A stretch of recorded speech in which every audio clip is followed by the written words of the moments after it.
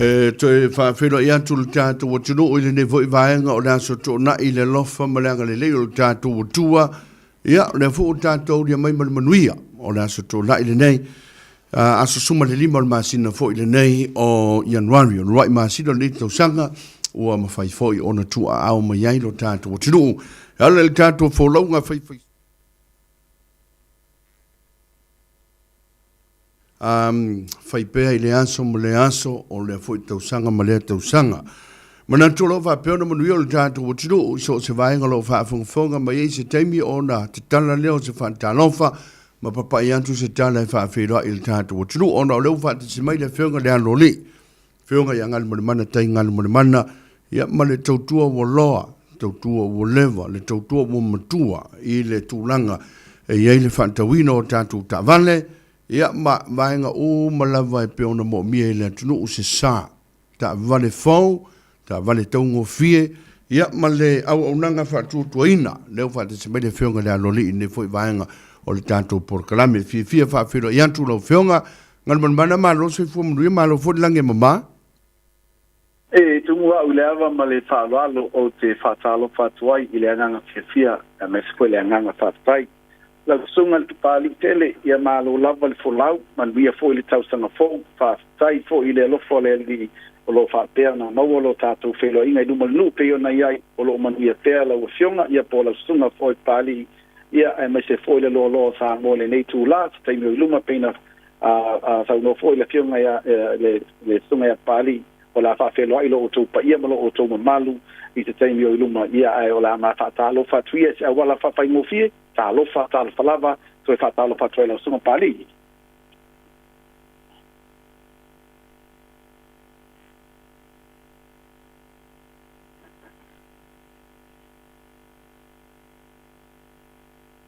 Ona temi mo le foto ata felo ai talu mai le tau sanga fo o manatu fo i tala fe unga no va pe atu mo le tau sanga fo le funga la loli Moni level le la saunanga o le tulanga na ia left a mo ta felo inga ia ai ma lo fo le fo lau man ia fo tau sang fo lo fionga ia ai mai se fo le tulanga pe na ia le tau tua le fo fatwa uma tu le desi mal tulanga sa ia sa tau la mo ai fo ia la sunga i tulanga na ia fa solonga o tatu tui a wa fo le pui ngol tatu wa tunu mai nga fa pena ia mo le toi le fa malo le pai o faiva a ma fo i le tautua ia pe lava na e sauno fo i le tu la fo i le li ona tangata i la fo na ine fita o le fo lang mai fai uma le tausanga tawai a le vai o le alofa le li i o sa o le tu langa fo le na tata Tanoa Ava matanga sila le li ia wa fa vai le tangata ia le wa carry le tuolo o lo yo tatu tangata le taimi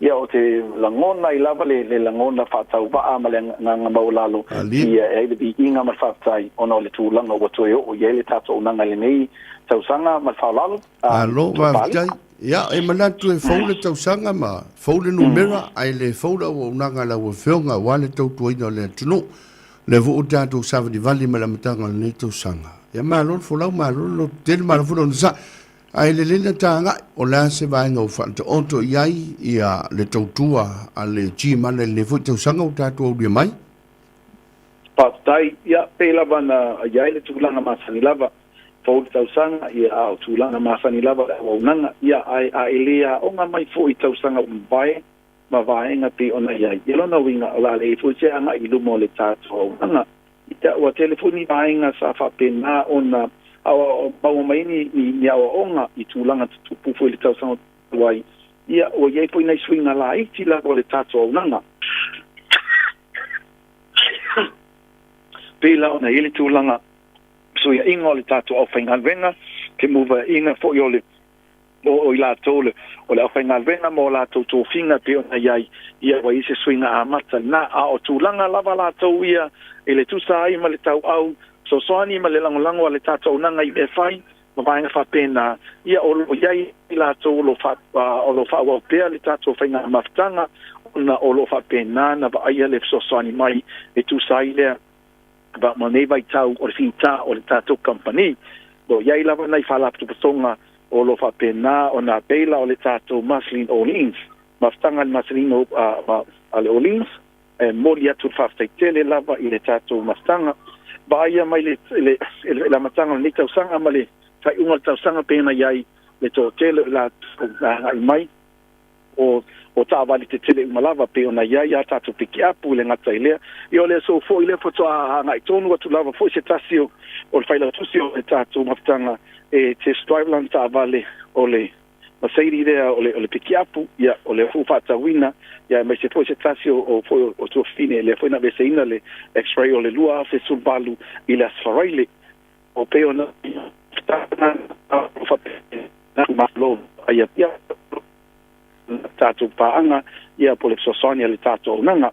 O vaenga pena le tātou tautua, e lo suia lava i se vaenga tele le sosani pena o tāua mai la matanga, o lo whaua o pea le tātou lua afer whainga mea lofa, a whetā lao le tātou i whiro, e lenga tailea o le tūlanga le sosani le tūwhata singa o ai tā lafu, wha umaina lea o lau tā bale o lo fia trade in mai tonu, ia ai mai se foi le tā bale o lo whape nana trade mai awa iele wha le tonu i pepa o le tue recompliance, ia po le tuai o le tā bale o le mawhai o na te wai tā bale o wha le tonu le afi o lo mawhai na mo le sosani mo o e trade in na iau tā bale ia po le tāwale fo ilea, ia e aiso sa fo mai le tātou au nanga. O vaenga mo le whaasoina o le tātou trade in pena whalawilo atu, a whaila walale bele o le tāwale o whaina atu ia te oe, o le tupele na whaina o whaali utupeina, pe a whai e tariaina lau tau sanga mai ngol tau o tamalama, e le a fia i lava lau mea alo whailua a whe tā la. A vaenga nai tauna manino le lei, o wani ngalo ia te oe, a whaila whaitetainga stasi fo i o tamali foi mal fatua ia e tolu afe la in so e lima afe la deposit ia male lua afe me alofa male stato a referral o le lies putasi afe le tupe o lo faina ave sina mai lunga le tau fa malama o le taapale o lo sila ia o vaenga nai mafai o fa manino fa fala wa tele pe tato felo ai ono manunga le taimi ia o te fa pe atu au mai le tato ofisa i le lua fitu o fa o lua fitu o fa o lua fitu ia pe bala mai fo ia i le lua fitu ono i vaiva lua fitu ono i vaiva ia po le tato te poli bala au fo le o val se lau ti mana numero tasi o val se lau fa no lua ono lua tasi o val se lau fa no lua ono lua tasi le tato te poli bala au fo so atusi lua valu Atkinson Avenue the sulval Atkinson Avenue nei o tau sulman lava Princess Street Atkinson Avenue olo yese moli tulmano moli na lo il pompensini mal Burger King au lesi tu awala olo yele tatu tau tua fa tau va o vaina mo ya tatu savale tele na ya tatu for rangers olo yai o tatu pick up te fili yai mas se tatu savale le lua se lua ya pour le 2022 tatu brand new Castle Mahindra ia pei fo la lua tatu Mahindra piki apu le sainia e se taimi lo te mama watu o tatu piki apu na ese maiele ta vale o le SUV le no ta ua i strona i o ta vai o tatu ta vale na ma lo fa pe 9 tono le tatu lo toa tatu sfulu no four Toyota Hiace ia e mai se fo ia tatu ta vale SUV mo tatu matua il fengata ona toya na i ta vale mawalalo o lo tele fo i le tatu lo toa ia ona le tatu taimi sina titi lava lea mo le tatu Maslin Orleans avelo le fatava fai mafonta mo le tatu Prestene i le fionga ia tole foa e to te fa pe atuai e mana o mielo to ia mo lo to malu a wale tatu fontanga i le asomafua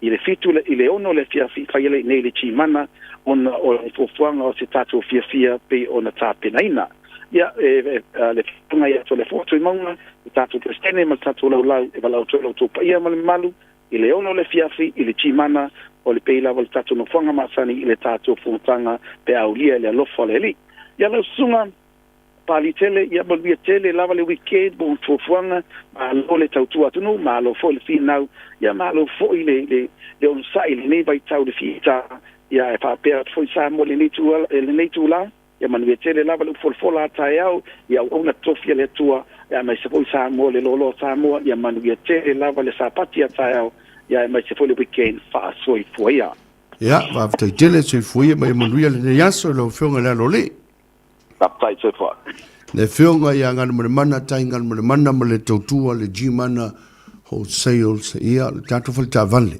ua lo le totua le tlu a fai le nai fia mo sa ta valle o nā ue whaafonga tu tele la mo tu e ngata vale nā o fa pea ona e mawina i le lotoa le timana mai se la vainga na o 4-wheel drives o piki apu o vans ai haze le nai pe ona whaamatala mai le whunga le alori ai le leilo wala au i le telefoni e pēna tu ina mai o valu se laude na lua fitu o fa o lua fitu o fa o lua fitu ma whaafisiri iai a wāse whaatawina o lauta vane.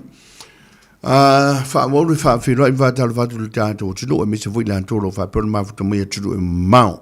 Lunga le penga tuwhailani mesa whali YouTube channel ale tātou wala leo. Radio Samoa whaafiroi antu i ate o tau. Ma lor se fuamnuia. Papaliitele lafu peolo tu o ona le vau o simo i antu il vitalenga i asavea. Se Yuli Al Harrington la vea. Wa dem fai fo ona awe mai ono niso tu ngia na le mano fia manantu ia ole wa la ta vatasia tu molinea o ole ia se ia fo ile teme pe ona masani ono tu nga luenga ia fiafi po a ole o aso to na ite tasi famuriel to sa fo le tino ia ila to fa to a fa fonga mai fo i fa tan fa tu ia Philoi Robertson le ma vuto mai e lunga le Facebook me se le uso pele ia timani tavita e me le whenga leo pepe ni valo ma futa mai nā i me le pone i Australia whaafelo i ante o tau tāru sia ia mo se aso tō nai po se whai unga le neiva yaso manuia i le lofa mlanga leo le tua e na ua mai ai le telo wha emu ngā luenga sa whenga iai le neiva yaso mai lami le aso ngafua se ia pa ia fo i le aso na nafi o le va yaso manatu leo te fo i mai tātau i ngā luenga pe o na sa whenga iai fo ma lo longa o aso fia Christmas ma le tau sanga fau. Leo tātou i laso suma lima lona winga o le o tēma ma fo i ai furi mai le tua o Januari la tau ia ona tātou whaatano whalea ma tātou anga inga i mani antu i le masina lona lua o le nei tau sanga ma lo le soi fumunuia ma lo fo lau le tātou o tino. Ua te talaina nei la o le Pacifica Family Health Group mo le whai o tui pui puia masiaki o le COVID a whai ua atoa le use fulu walu tau sanga pesiri atu a ua atoa le wha maasina talu o na whai o lo tui no le lua o lona winga ua te tau o na whai o lo tui no le tolu whape fo i le whanau i le vā o le lima i le sefulu tasi tau sanga le mātutua e a mata atu i le aso sefulu fito i Januari no whanga nei e whai ai se lau tola sefulu ono Queens Road i Pemiua ma le lima wai Mahia Avenue i wai Mouth te tala mai le aso ngafua e o i le aso whawaile mai le iwa i le tae au e o i le lima i le fiafi whapea le aso tona i ma le aso sa mai le iwa i le tae au e o i le tasi le aoli mo nisi whamatalanga wala au le o walu se lau tolu tolu lua lua o tolu o walu se lau tolu tolu lua lua o tolu I le lua whelua sumalua o le ama whai e mātua ma ila tau e wa aia whanau o na whai tui pui pui o le COVID-19 maleiva. O whanau i le vāo le lima anga i le sfultasi tu sanga le mātutua. O nisi te maiti e mamaiti ngā ina pe a mau e le COVID-19 maleiva. Ma o le whai au tui pui pui o se awala sili lea e pui pui ai i la tau. Whaavanoa se taimi le nei tau mawhana whana i sa ili ai whaamatalanga ma whautuanga e whai ai sau whai unga tala whea ngai molo walo. Tanga i ana i le covid19.gov.nz/tamariki pe wala au le healthline i le o walu se lau, lua walu, lua iwa, lua ono, mo nisi whaamatalanga.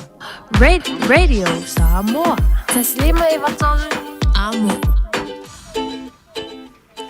Leo wa fatonu lava le tula se fulu ma le lua i le tātou temi lea ua ia i le tātou visa whaasalalau whaatalwatu tira sa ene ma lolo ma futamai ma se fulu ota wha ma fo autanga vaia. Ya, le nei o le asu tōna i nā tō ia pe o le asu tōna i fo le tua mai le vai o ngā nuenga le vai aso. Lona winga la o le asu tōna i nā tō i le mo mia fo i angisi mea fo i le whaalawen lawe lo finangalo.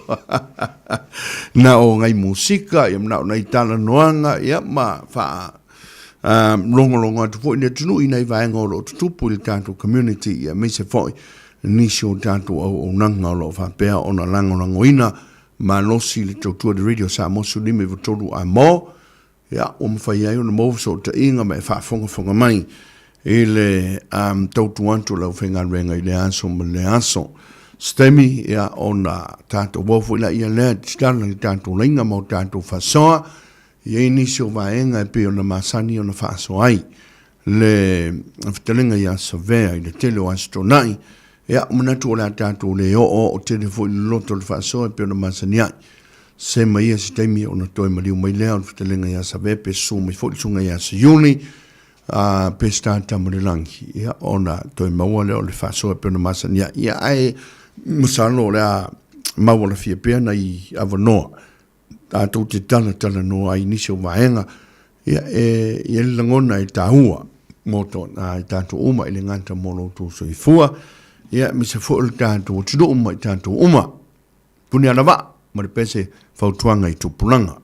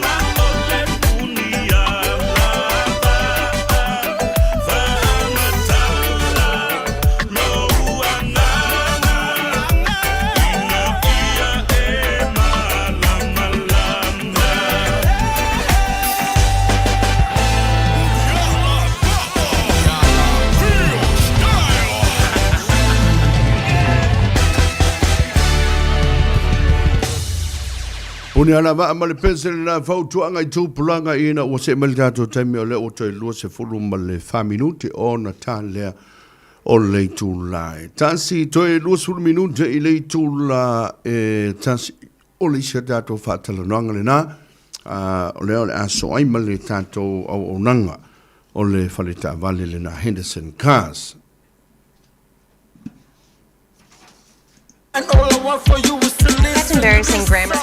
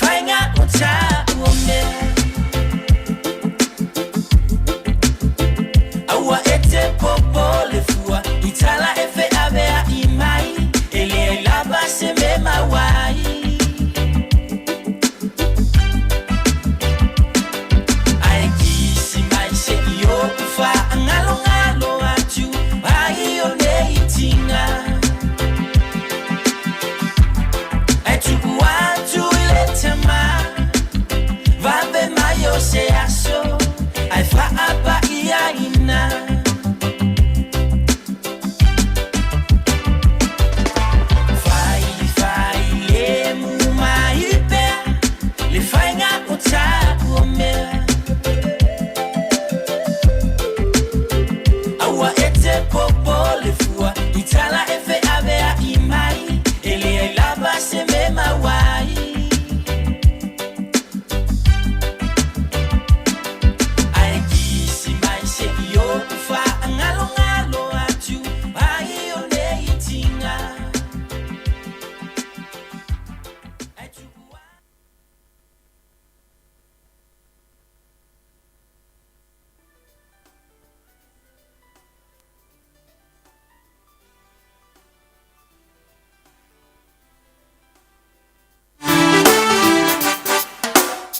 Honey fatali mai wa ole los me fai ina wa elo say what's up what was your part to my love for you LS touching it far to move this is what I am saying I'm still in love with you I wanna you got my but I own my teeth and my for you, my darling. E pulle lava oil e nei langi, my love for you. E lei si tassi net far to move. That's what I am saying. I'm still in love with you. La belle for you, mine. Wa all gonna live vai. Le manong io se me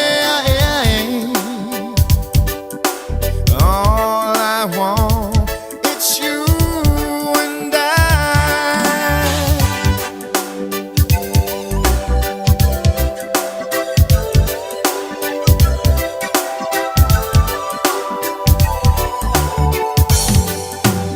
say it down my lover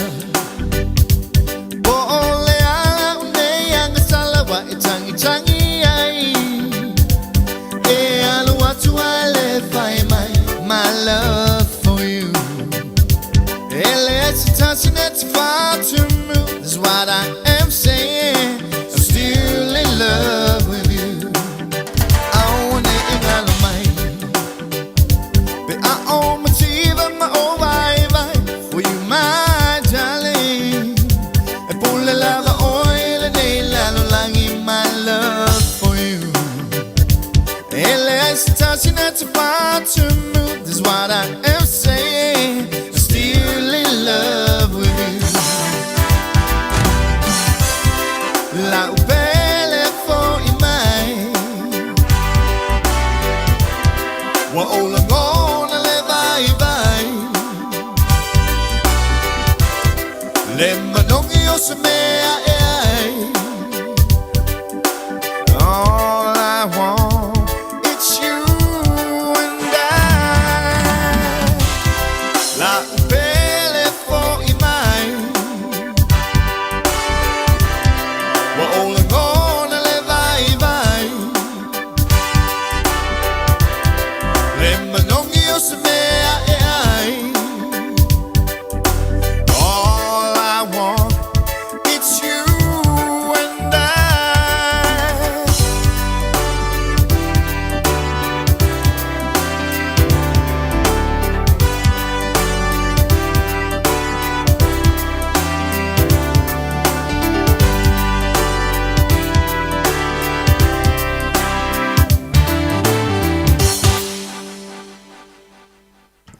Richard Parker male pensele na to e fo I mai le nei vai ngal tato por kalame ina wa se bel tato te melo to sulima minuti ona tale o le tu la tasi fa filo ya ti ya Elena Fruin nga tele kisa matupa iso o le fai lo fa pen mafuta mai na itakapuna o anga I to ina Monica tele mave ngutu a limu o lo fatu family tu tau sang fo ya te o me se fo vanga le ngol tato YouTube Leo fatu si mai le whenga tu ia vi mai I le tātou au nanga Henderson Cars I le nei fui vanga le tātou por kalame whatalo fatu lau whenga tu ia vi whaftain mafuta mai.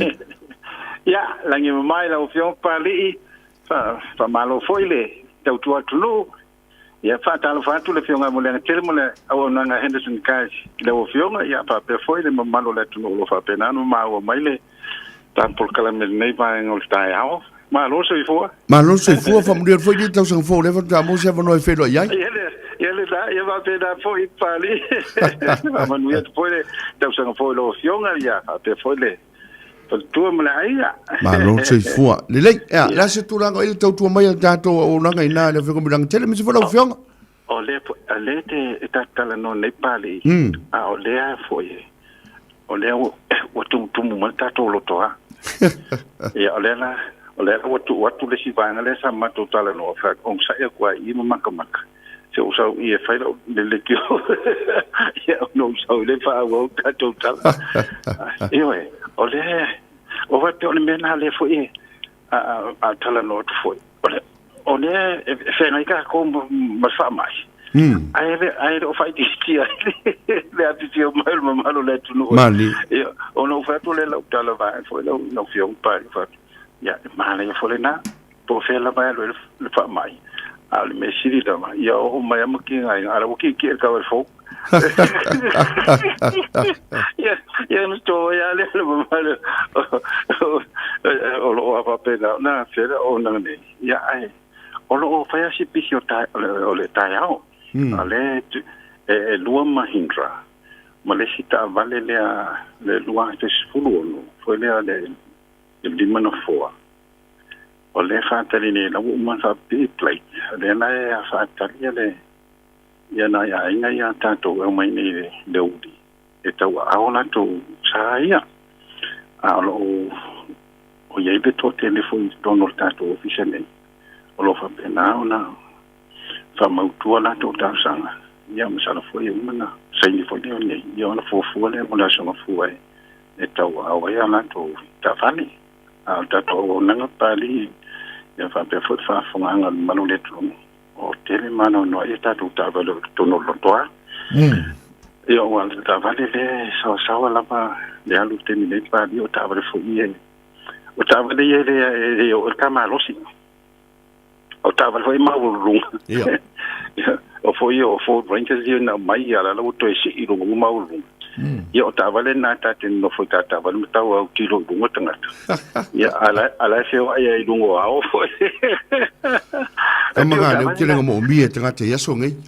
Io pari o to tele io le fa pe foi kai kanga ku pulanga fia ia ta vale fa pe ya ede o le foi telefone pa io lo foi nga venga lo foi le ni fai fia o le foi e mana no foi mo fio o fa se vai o to te o va ne foi fa funga mai si ke wa fa in le mama o lungo ta vale la fa ta di mai o lo ia ko e ga fai fia tele o ta vale la para na le nei fa ta si mata to family event for the party in commission event tu so ta vale ana le tu mata i mai manu le no te nei yo isi le mai Wellington le tan o mai nei mai so le ya sirisi foi te mali ina ya mantu le band ya male Ford Ranger o company o fa pe o ya mas ko pe si mai pe si la ma to lo o fa ele o ko ma o fa ku se la inga yo foi ye de sa la ka ya la ko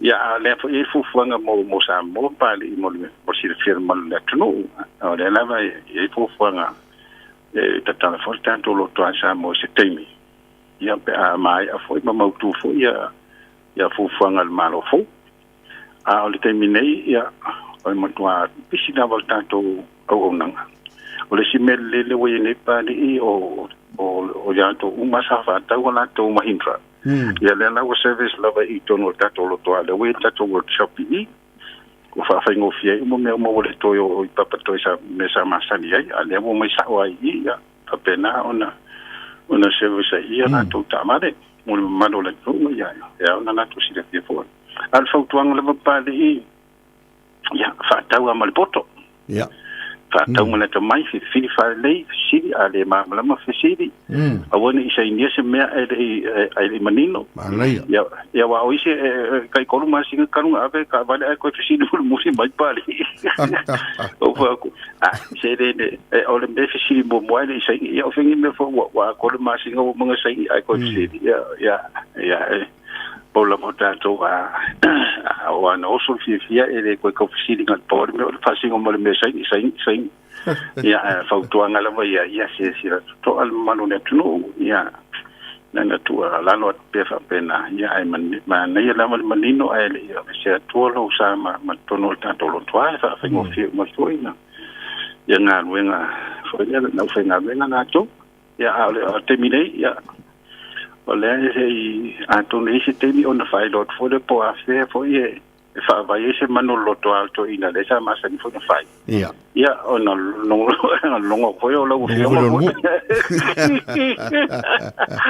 ai sa te tele la pa mol mato ava no moni se le si fiele no lo ele o nanga nei o le tasi va fa kemente stride I manukau al te do isi o papato o le matas ia mal tato telefon na pa io le over se la fitasi ia e te visa o me lama e tala no la fionga mo na tele ia ni bele o manino I la fa fonga ia te tala no la va na fionga mo na tele ia fa manino ni se me ia ale mo vai foi ia con la va e mo va foi se no e tala no to foi fa manino ti a to foi te ale mo me da fionga a moria ia pe o le mato tala no tu le pa ni va engol tai ho ia tal se ia fa pe male tawa o io so mai se fa ya ka ku ai fa tai te la pa li mo mato no mo ho se si ta o fo e to ta no ai foi ia ma fa so tu foi le o nanga ale Henderson ka mo terminei ia manu ia la vale sa unia tu mole sa pa ki da so ta ia ta to e fe roi foi ste mi ta to eva lei va te lo vengo di vi ma lo to tua mi se vola to una do foi be e mo ia foi fai vo to le ne aso ta te la pa li ia sei foi la fionga tu ia vi mal ta to una ka le Henderson gas manukau ia po I foi papa toi ngai Cavendish Drive o lo va pe fona to tu mele tu wala ia pe mo mi sa ta vale ya man ia la vo upu fai o le fionga ia tu ia vi fidi ma le ponto ia ma tom fai e malmala mai tūlanga aile I sainina lau ta vale. Aile o le anuru ta vale o whamasinga talunga whaonga ta vale. Mai saula iele e toi fai tio ia o te manantu. E la vea vaenga nai te tono le fidi ma le ponto. You have to ask a lot of questions. You have to make sure that you understand about the deal just before you sign the deal. Tu tau na e mana malama I vaenga malava aile I sainina ia lau tāna sanga. Tala pu o manua whatalwhatu me se fo I se ngia le au noa o lo mafuta mai ana melei nunga tātou Facebook ia ma si vaenga le whiunga roi tano lo whatu roi tano ro Betty Brown ma le whatu a keisa mara inga whaftani mafuta mai Juliana Smith I nunga Facebook me se fo I JS se Juliani ia ma le totelo I lantou le whatasi manunga tātou YouTube le o te tonga o lo whapena mafuta me America Samoa whaftai whafunga mai whatala whatia Nathan Levy sini Australia mai se fo o tolo te liu o lo mafuta mai nai California I the United States o America whatala whatfo I a sunga ia mai se fo Michael utolunga o lo whafunga mai King T Folau whaftai lewe mai nunga tātou YouTube e le nei vaenga o le tātou porkalame. Le ua toe ono minute o na tā leo le tūlai tasi, sulima minute te le tasi, tātou whatal noanga le aso ai, ia ma le Car for You le sunga ia Nick the Man o le Car for You, whawhonga le tātou atinu le lātou fo I au nanga me lātou fo I tau tua.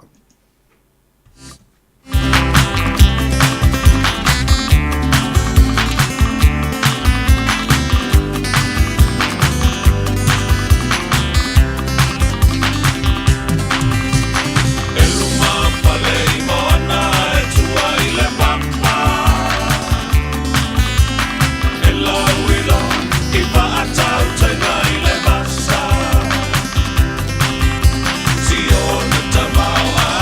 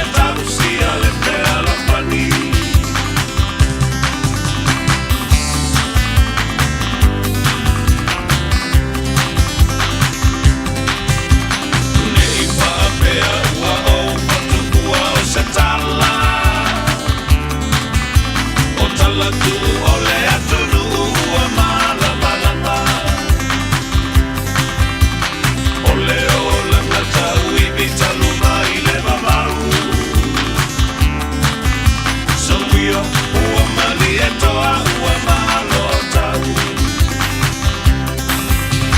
nei e filingia i ta Samoa ko ai o talanga o le lalolangi e te sila ki ai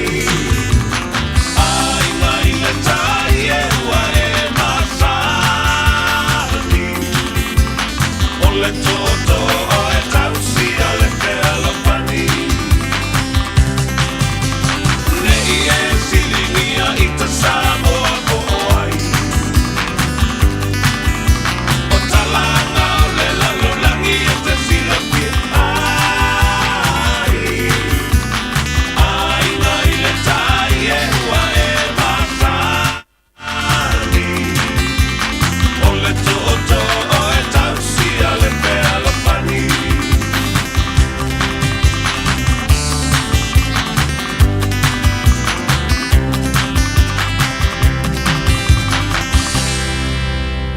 Sole.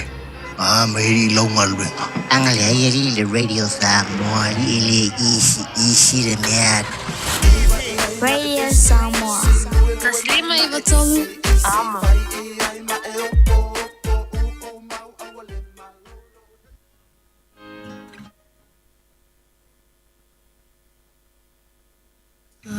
Samoa Emma.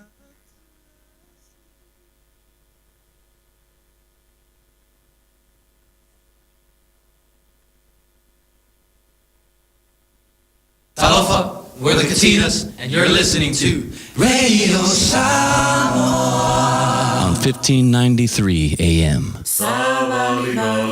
Tula iloa ta savali vali.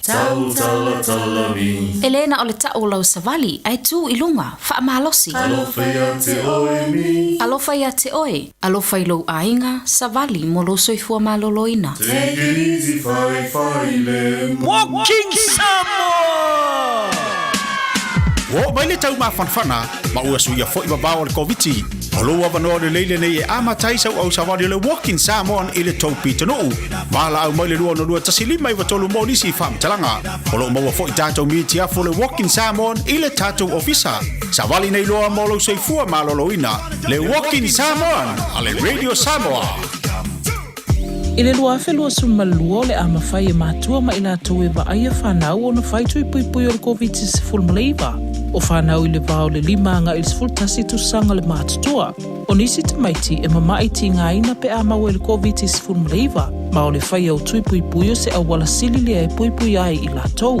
Whaavano se taimi le nei tau mawhanawhana i sa ili ai whaamtalanga ma whautuanga e whai ai sau whai unga tala whea ngai molo walo. Tanga i ane i le covid19.gov.nz/tamariki pe wala au le healthline i le o walu se lau, lua walu, lua iwa, lua ono, mo nisi whaamtalanga.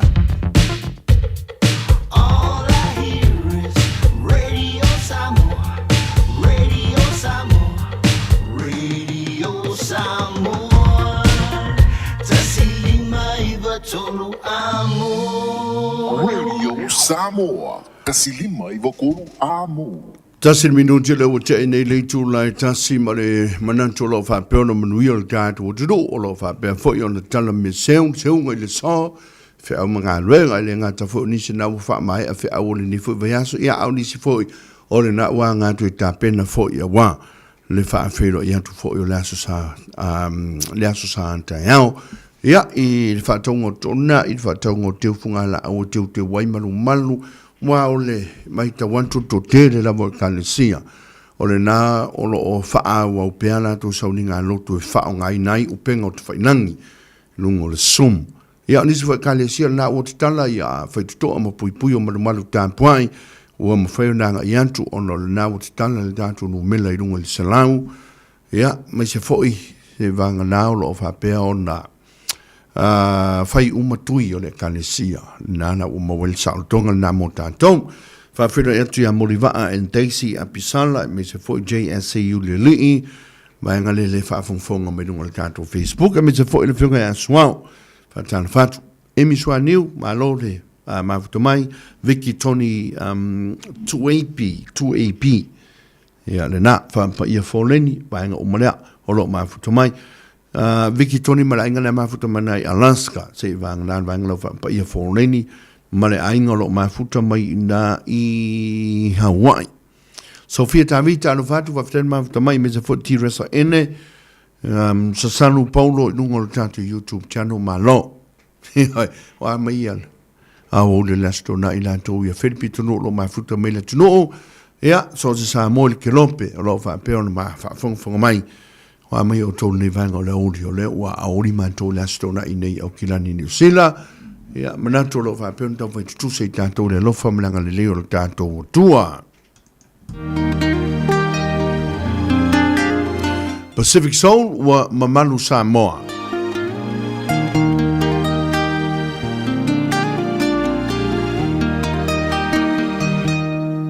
Ua mamalu mapa ia lene.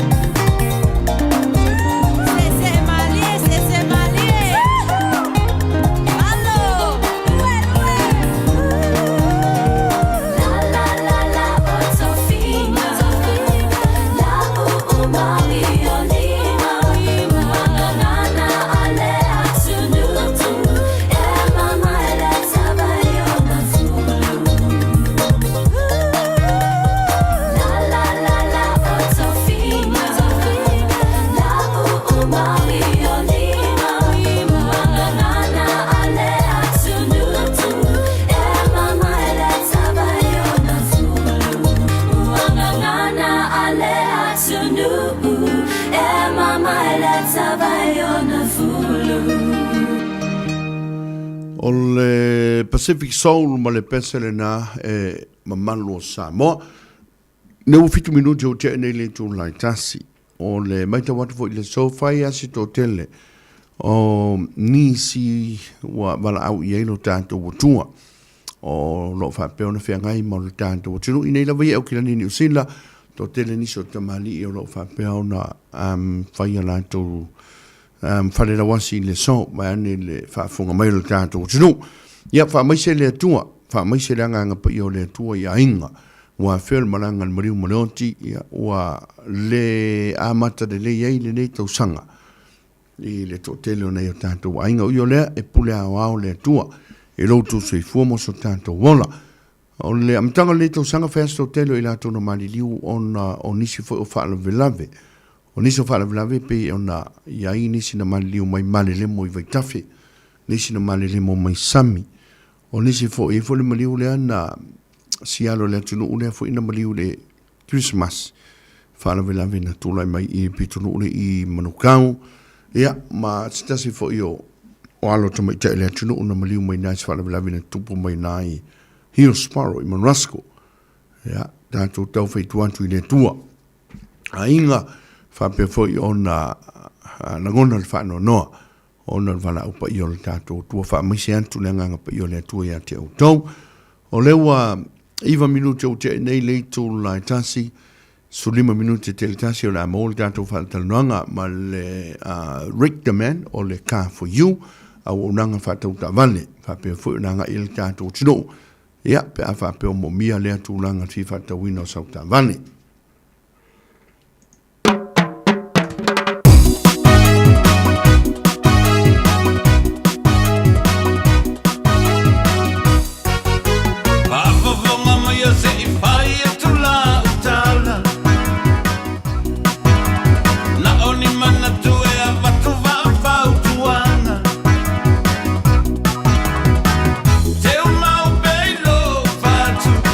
La tanga na imo wa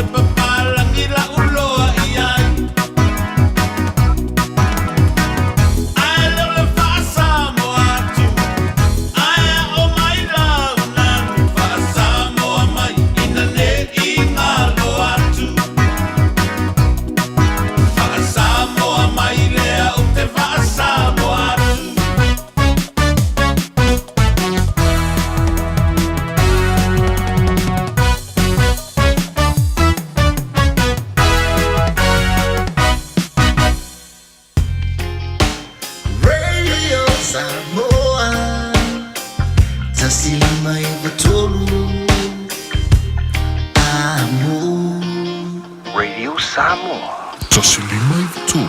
Amo.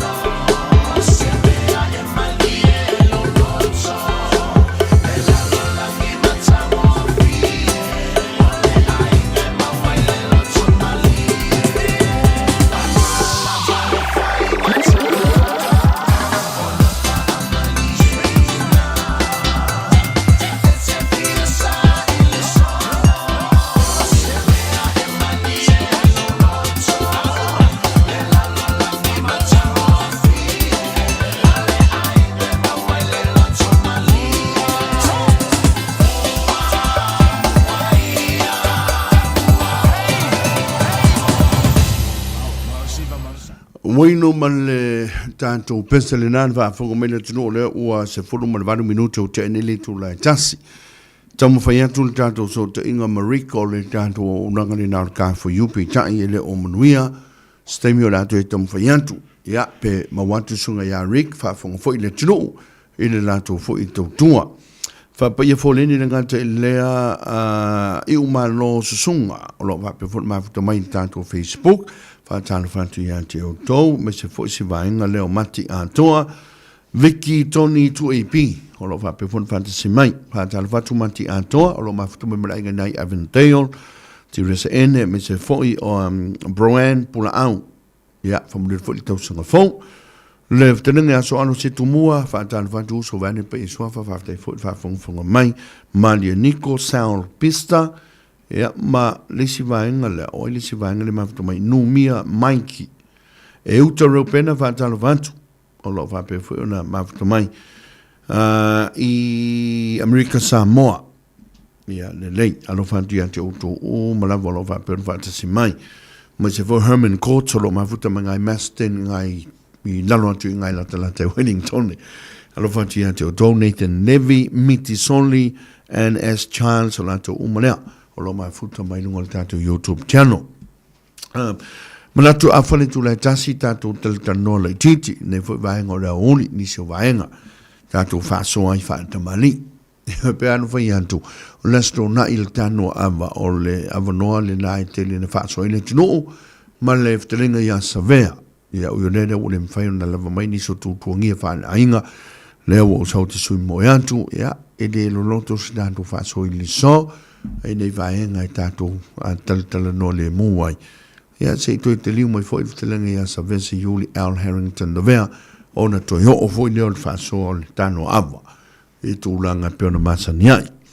Ana tiu manu so o whatalo whatu me se foi rata pasi rata, halo whatu, happy belated birthday to awa paau, sunga ia o paau, John Bassi whatalo whatu so, pamri atu lo asu soi fuana nafi, whaafteile mai futa mai, o leo wa lusuru minuti o te nele tu la jas, a faltasi, manatu o le a tātou Talanoa, talat fo i leine whaaso mai le tuno, niso nei vaenga tātou te whaali i whinangaro iai, i nei fo i aso tōna i lātou wia.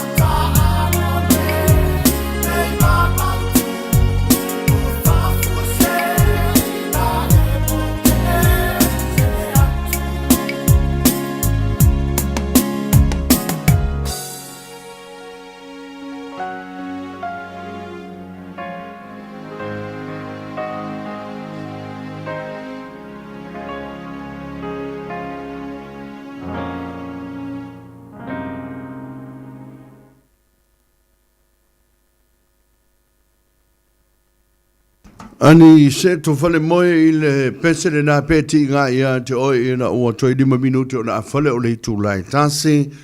Whawhila I atu whatala watu a media wha moana ro mai futa mai le nei futi teimi I le nunga le tātu YouTube channel. Nga tai lea pepe tuli tuli I rata pati ma leusa tau sanga whangai o tau sanga. Whamungi atu tau sanga fōtia leuso. Whaisi le vai leo te whi noa e ia tāru si o lo manuia mai le nai tui au stania. E le lofa ma leanga le leo lo tātu o tua awhiltasi. Tātou tala noi nei vaenga la iti. Io, tala o pesere, umolora o pesere foi mai, ia tātou whaasoi nei vaenga la iti, ne foi vaenga o tātou porkalame.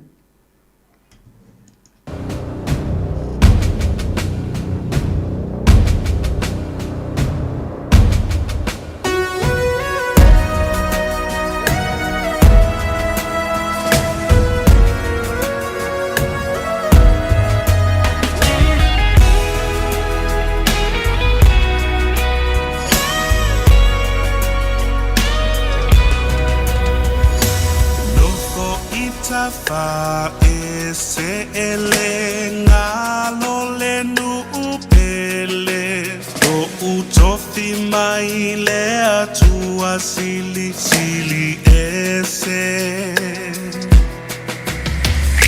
Samoa leto ala lo ufa sino manga totongo tatupu maso solo haya a ole ngafa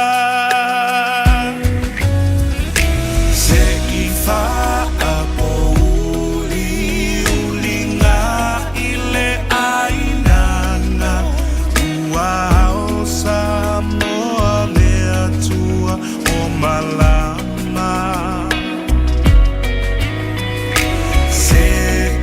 Silia tu isale vima osita ulanga no fo ilele fu male ie tala tala Tangile atunu upelesa moa ua sele sele Tangile atunu Tanoa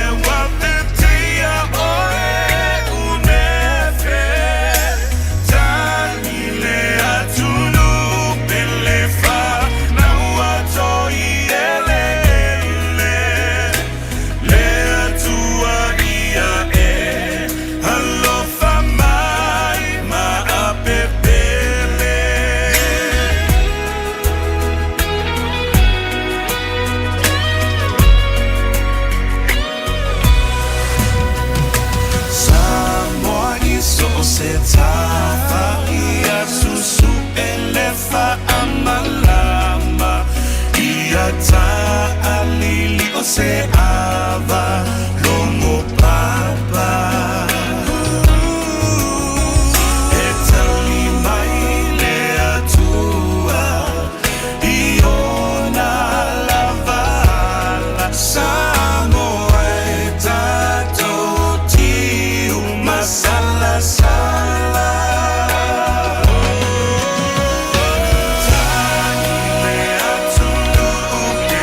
Samoa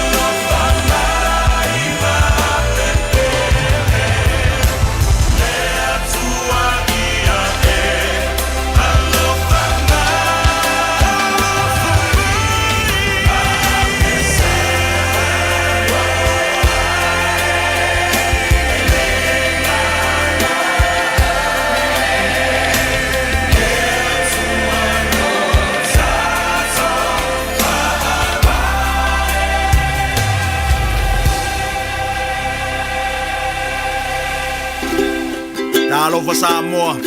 Waule ne yo kasu tialu. Awale suia ngila waule kio. Eva mai ina se fulu lima iva kolu. Amo Radio Samoa. Vevela a. You know, having to walk around feeling, very uncertain, that's a scary feeling. Us Pacifica people or us youth, we tend to keep it to ourselves. But, it's important that we reach out to our family and our community. We're all going through this together. No one should ever go through this alone. If you'd like to talk to someone about getting vaccinated, you can call the COVID-19 vaccination healthline on 0800 28 29 26 or visit covid19.govt.nz.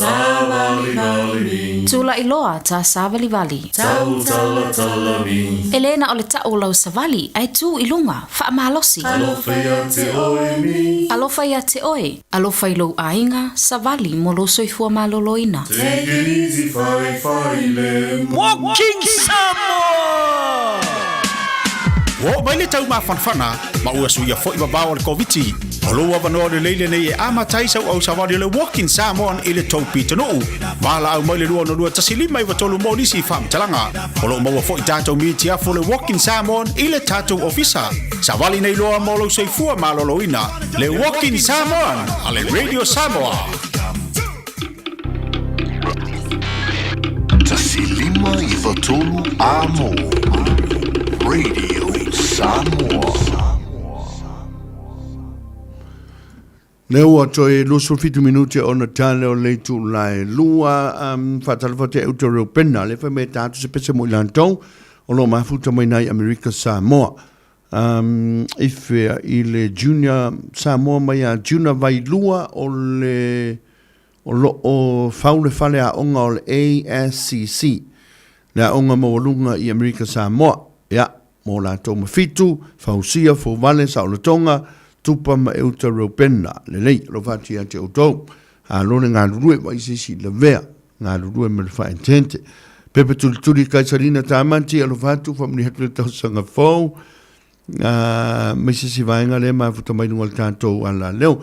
Whiunga tuala leo fono T. Brown, ruso vane pe swafa lo fati a te ulua, losa ma le whanau, fa mni hatu le tau sanga fau, o ili se vaenga le ameria wha moana, le lei, alo fati la te ate o tō nai tō te mafuta mai, tātou pese lea whala la te ma o tōfo i mai loa, tātou o tātou tila noa, ili ne whiwanga le ule la suto na.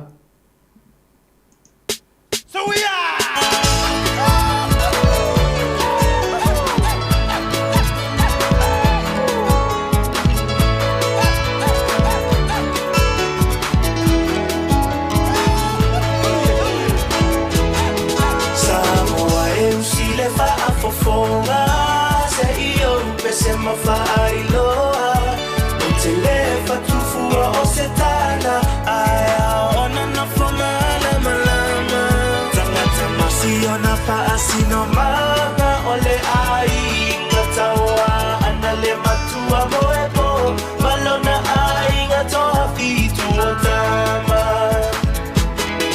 afio maila ia o ngafa ua so otino so o papa ai nga o tupu ai nga o papa ai nga o tafaifa ala maila ia i matau sila mafaatatau ia ui mai ia mafaingata afio nga e mamala ai ngatawana se e maia ai faatapatafa ole aufia ola utamalena la uita faifa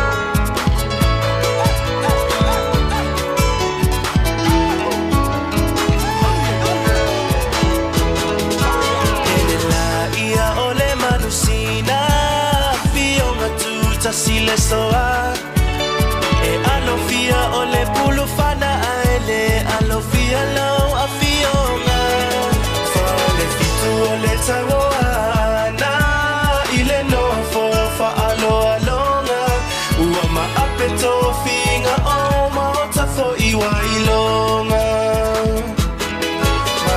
mata na no fo le maota tuto fi maila au o le taua Samoa ia maula no fo ia alu male pui pui toto ua alu anele tala i fono ae o no fo ma fa alo lomo aina ua fa amalele no fo fa ae tete aina tanoa ana se e maia ae fa atafatafa ole au fia ola utamalena le tuia ana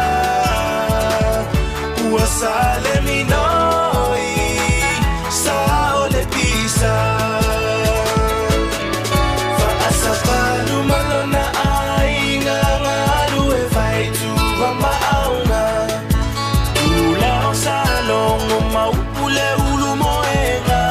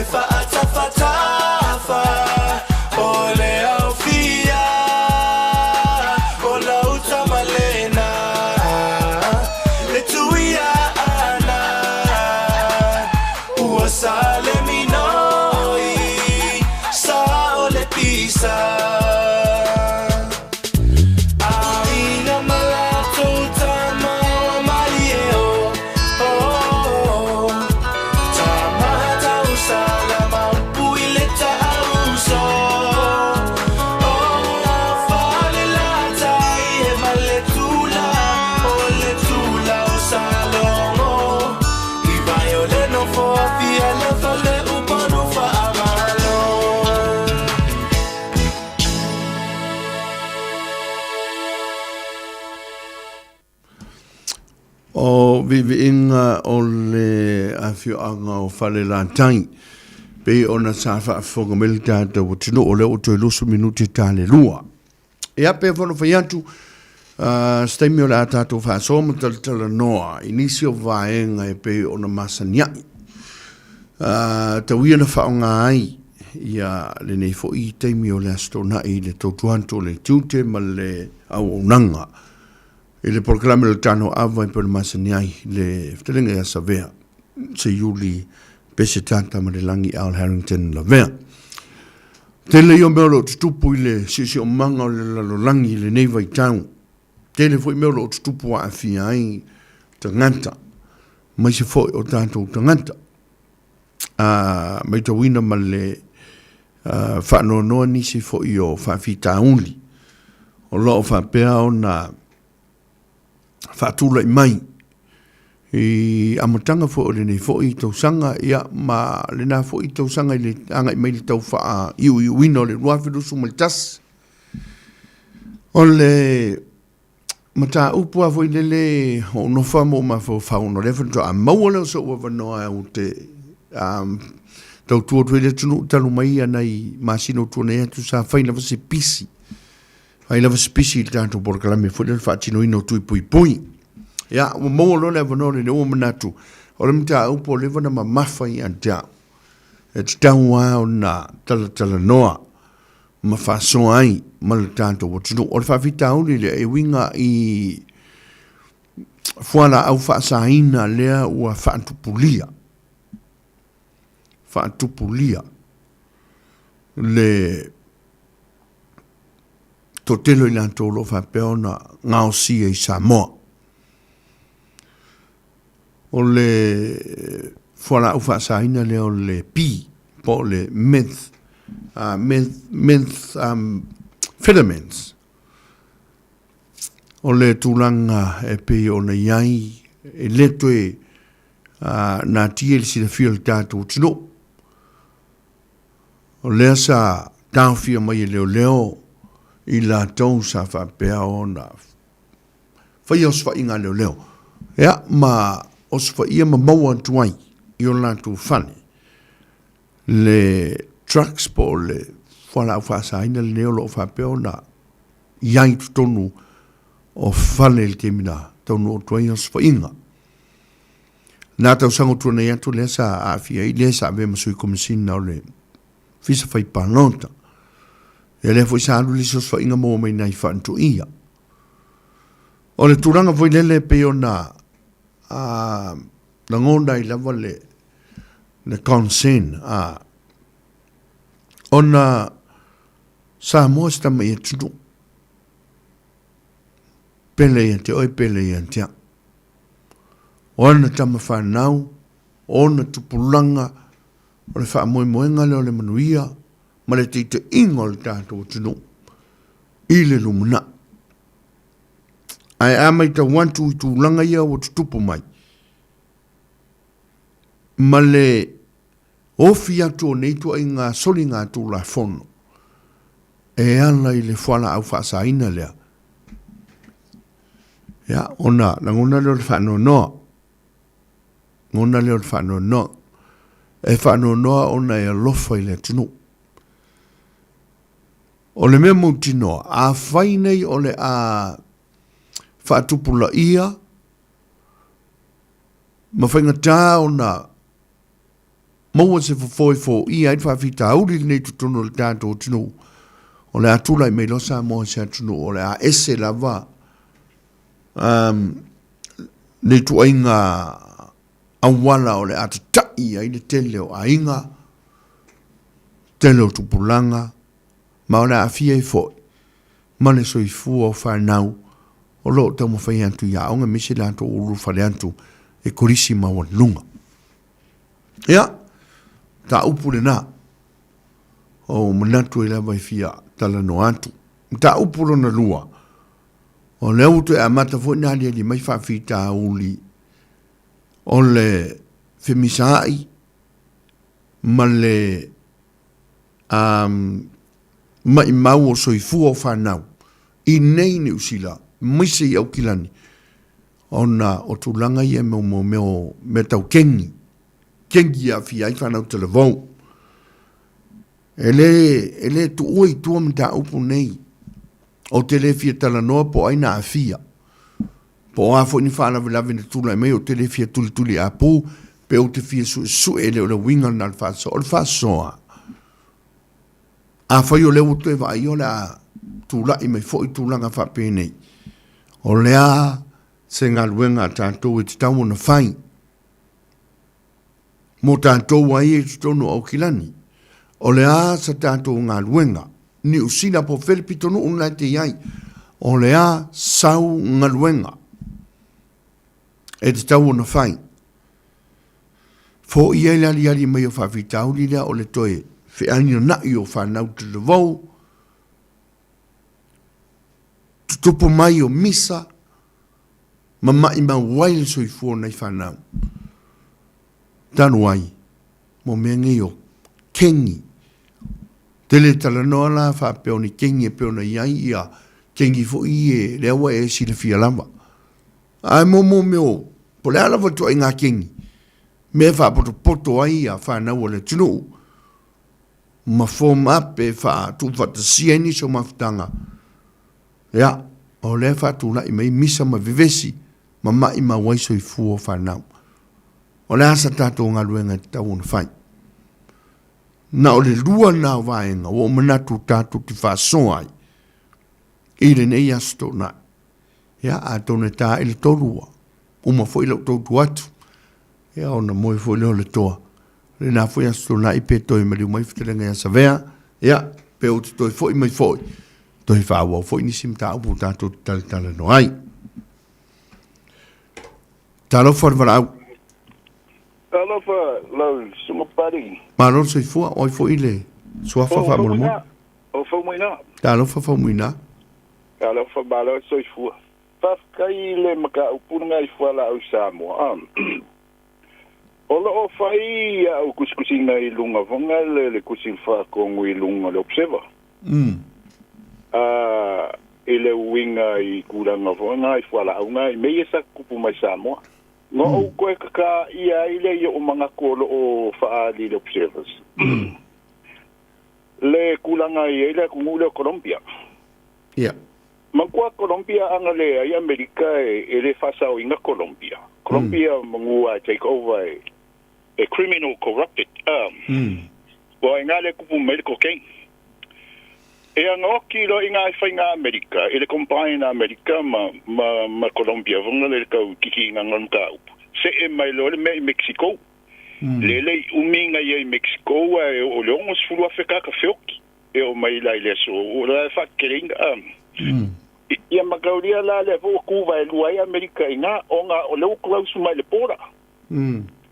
Awale anga o mkwa flata le mai Amerika le fala au wale aim lava wa kunguia o le mai Amerika ia mai se kunguia le fo la wala ve ai Australia le fo o mai New Zealand ia o le la o kuisa moma o le vanga sa mo a pe o le winga no kala fo le kuskusinga I no observers now ke highlighting ai le beginning mai ya kungu ke kele le nga se mai le Colombia sa I Mexico anga le ngai la America boko rapte ta ko Mexico to go over a criminal kaka ia fa ka fa la so kaka ila nga isa mo lo fa ri yo mga kuno le observers o le fa fonga malo what happened now and then the increasing of le fa ka fa la u never penga ika ngaka ia they had no o la mo fam kala ngale ia o la lo intente se fa isa mo fa ka yo niece your nephews your uncles and so forth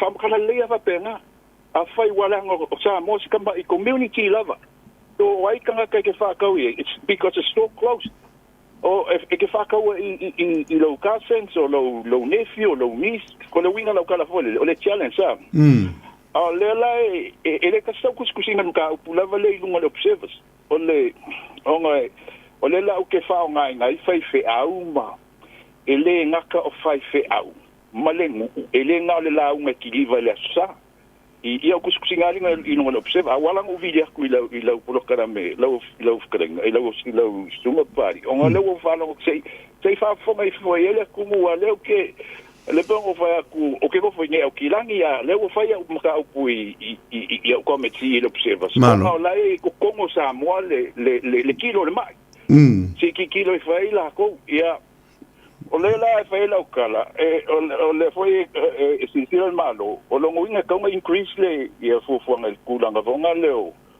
o le si lungo so kula fongo o I mean o fasalanga o me fa pena o longa lua o lo ka wifi fe au fo le ele ngal fa sa ki va la uma a fa le fongo a fa ale mu ile masina pe kasi le masina o nga ele fa au pe kofia fa au ye ko le mule o uma ia o kala ngoinga mele kom fa fa compact lim ka upule na ia maintains le communications fonga le anga ile mu akwa ile mu akwa ia olongo winga ele ngakala le tafu mai ko ngo uma malala fanga pa penga fo imba fa au involve a mai foi kula fonga na ko ia wa ta foi kula fonga ia inga wa fa wa Si kiel fasala. Io si kiel fasala. So pe le manga nga lenga o viliako. Lenga le o le kasi ko me te fai le observers wa lo ke lo inga o sa mo le kilo le ma ile. So le kula nga I kengi e ki sa ngoingi. Ya o lo ke lo inga ya o ye so ma ku vai. O le ye le fongo fo ku sa mo. Le vai ia fa la konga e kalesia. O le fo ia ngai fo ia lo stunga fo ile kofi o le kanso me fa penga ia manga usa fo o lo ia I lo fiscal kanso. So the combinations for la ia o vai ngai. Em fa inga ko se fongo. Ako uma le Pacifica. Fai foi a fia Maori ele se without the communications in a better way. Ma discussa o la ia la ko ia involved. A mai ko mai ko o e kalango e ma fa longo me le fai kwai inga ia pelenga ka le ua fonga le ua excuse le I mean le makau I luma la ko a le ua ka ko fa kali o le se I se kenyo luma o le retaining o le fo le fongo makalango anga fo le menga fai inga ia vai po reinform ka mai I se fa kainga o la u so ake nga luka u punga ko ngi si mamalo le ku ofi fa so ak e fa kai lo sunga pali Aftai ia monuele nei a uli lo fionga fo mui. Ia manuia foi lo sunga pali. Sei foi. Talofa jatu walau. Talofa. Hello. Talofa oi fu swafa. Oh tinifu. Tinifu sa no mai? Ia ole foi. O mata pulele foi. Le no ne ngole pokarame sunga pali ya mai lo finanga mo meo a foi le wo fatu pula ia sa mo ni ste pa no o tu ye o te lo ya uia e fai sfen ta te de fen ofia te mini na o te mini le va no mai yo mai poponga wa mate poponga na le me fole le wa foi wa mano sila foi.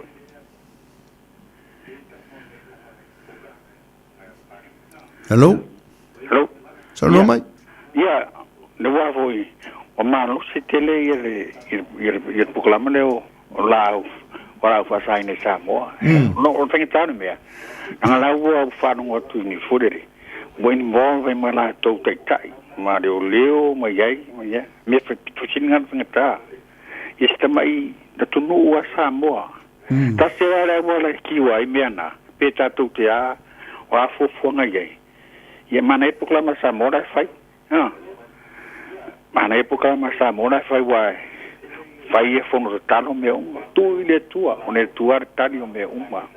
Kuranga peona yai. Ia wan me foi la tuna. Ia ere ia Samoa to mana e fo tuanga stoi na no fano yai. Ia wala e o ia tunu tele. Atonu so swani mai la to ia wana. E uma e fa fitau I peona yai. Nga to le ngona ia wa le ia sa fo ene ia sa tu no ene malo se me ne tatu vai Mexico ia na le Tanoa Ava ko fanga e o ke te miuma o ke on me wenga o isa mo te ale te foi fenga malo ia ma o fiso le e tine ele fa fita uri pe on ia ia talo pe mo se tatu o mongi o aku nga me pe on ia ku ke ne o ke ale mingu ke kana ka on menga o ia ka ko kagavara o uma iskama imea sifatu tunure a kosimilio tai ya manuia tato patonia so patai tai ia munu fo ile auli talofa le falau malo soi foi la wafionga ila sunga pali malo soi fo o kame matango fiel ne yaso ia o la faso ia tau tala la vai le ava mal fa alo ele o se matai e na wa ilu mo ma mea ia te mali I pe una sa no ia atonu ole au fo ile na e anga ia ile tato por kalami pe una e fo la sia e moni fa maoni e la ngona la fo ile malingi lo I mata ile fa alo ngatu e la iti tele ma wa afia I mata maita I tono sa mo le io ile la au fa sa ina e mea o mai talo na sau fa la vela talo ini o lo ta ua lava ia teini ia tamali ma tene ia pe stulanga fa fita uli la valia ai sa ole le fo ia sa no anga tamali le na mo o le si fo mia ia o matua lava ia malosi le fo tua ma ave ia tua tulanga ia pe ona ta ua ia sunga fa fia ngainga ia ma me o fono ia fa ia anu fono i vai aso tai masina e ma fai ma na ia le na tu watu ia ai tai nane fo o le utu mai le malofo ia le tasi fo le nala tu mtanga luenga ia pe o tu watu fo ia lima malo ia pe o tulanga na ai tu watu le tatu fasoa ile tele o lo ia fofuanga fai ia malfaalo lava pali mana ia por kalame fa soifuaina soifua aftai e mluia fo ile ni astona talo fo valau talo fo pali malo na o molo vano fo tai lava no e tau le to mana tu tele bele Samoa le mana ia piana e fai Samoa o wa pa lava na le fofo o le anapomi Mansalo ale keng se ki foi la lo le tio fa mo te alova ale keng ya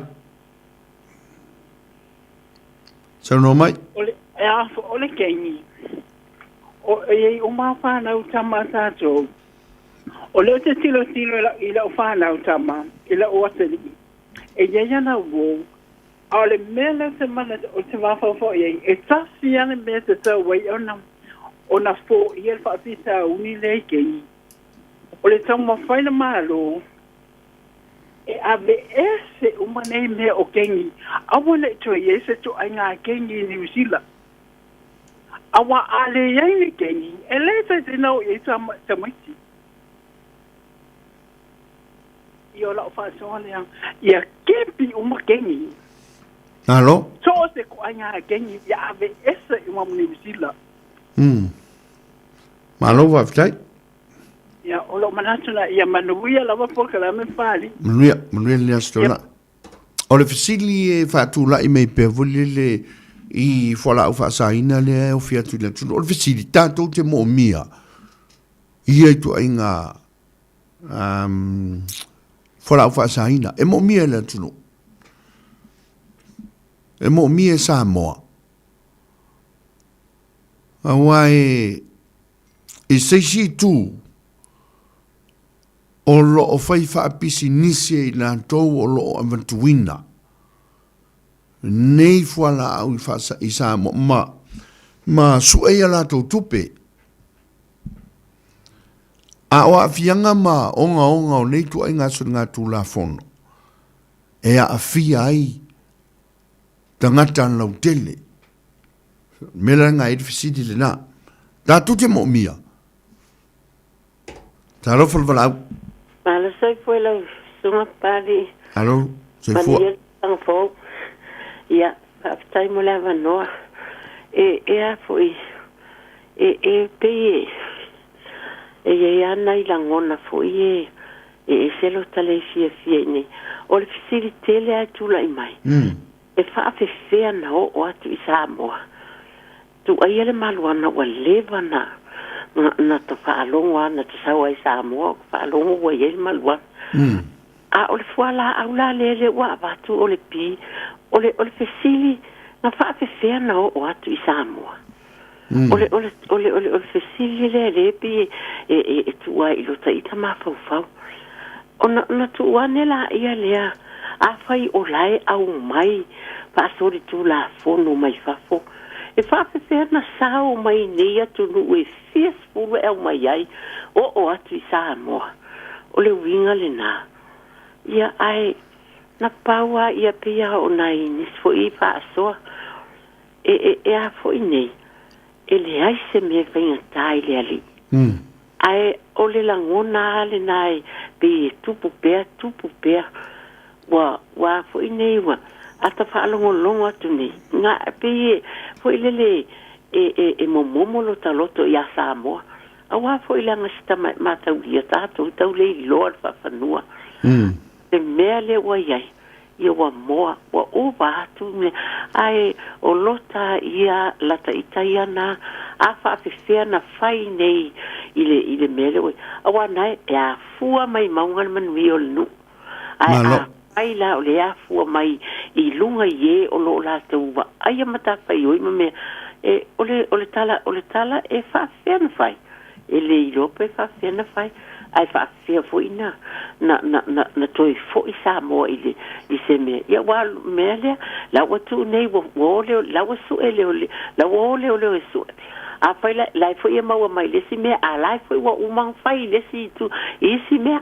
Ia o te leilo la po le pe o la ta itala na, pe sima la ta ita, na fo i lele, ia ana pawa ia le mea, ia e a fo i nei fa e pawa le tatalo ia, ai o soi le ali pe a o i taimi tu ina atu ai ia langona i te tātou atu nu ma mea o lo o iai ia ai o mea o ken tate le e a fo ine o te manatua e le ai se matua na te a o ia sana tama alwe whai mea lea alwe whai mea alwe nei vai taimi o matua te le pave le o lang ole o lata ita ia a fa o e fa tu ma lata ita langon fai ba ai lo ta mama tina ia ba ai lo ai ba ai lo fa na se ele tai me ese tu ita mai titi ba ai lo ta mai titi po fel me la yanga nga ia va pe lata ita na fo nei wai le pio Samoa a o le fiafi fai ngā lotu au mai whaatala noa e pe foi o mena ki tangna whai taimi nei alo waftai a tai malo fina ngalo wale lei pari mani o te alo whatu manu i fo ne lei o nā tala pese le tasi fo e mai to e wha uau tato tala noanga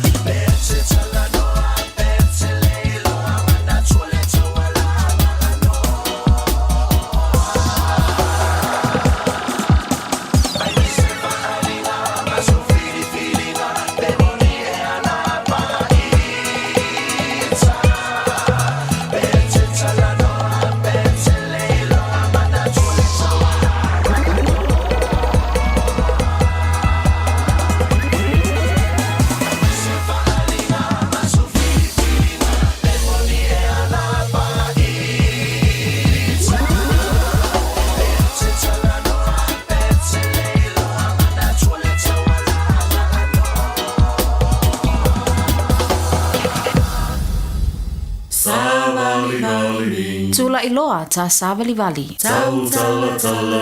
Elena o le ta o lau savali ai tu ilunga fa malosi. Alofa ia te oe. Alofa ilo ainga savali molo soifua maloloina. Take it easy, Papaliitele. Walking Samoa!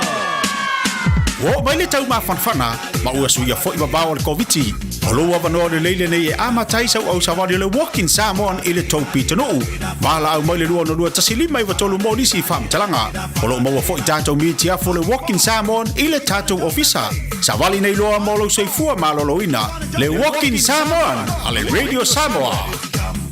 Ua te talaina nei la o le Pacifica Family Health Group mo le whai o tui pui puia masiaki o le COVID a whai ua atoa lau se fulu walu tausanga pesiri atu a ua atoa le wha maasina talu o na whai alo tui no na lua o lona winga ua te tau o na whai alo tui no na tolu whape fo i le whanau i le vā o le lima i le sefulu tasi tausanga le mātutua e a mata atu i le aso se fulu fito i Januari o no whanga nei e whai ai se lau tola sulu ono Queens Road i Pemiua ma le lima Waimahia Avenue i Mouth. Te tala mai le aso ngafua e o i le aso fawaile mai le iwa i le tae au e o i le lima i le fiafi. Whapea le aso tona i ma le aso saa mai le iwa i le tae au e o i le tasi le au uli. Mo nisi whamatalanga wala au le o walu se lau tolu tolu lua lua o tolu. O walu se lau tolu tolu lua lua o tolu.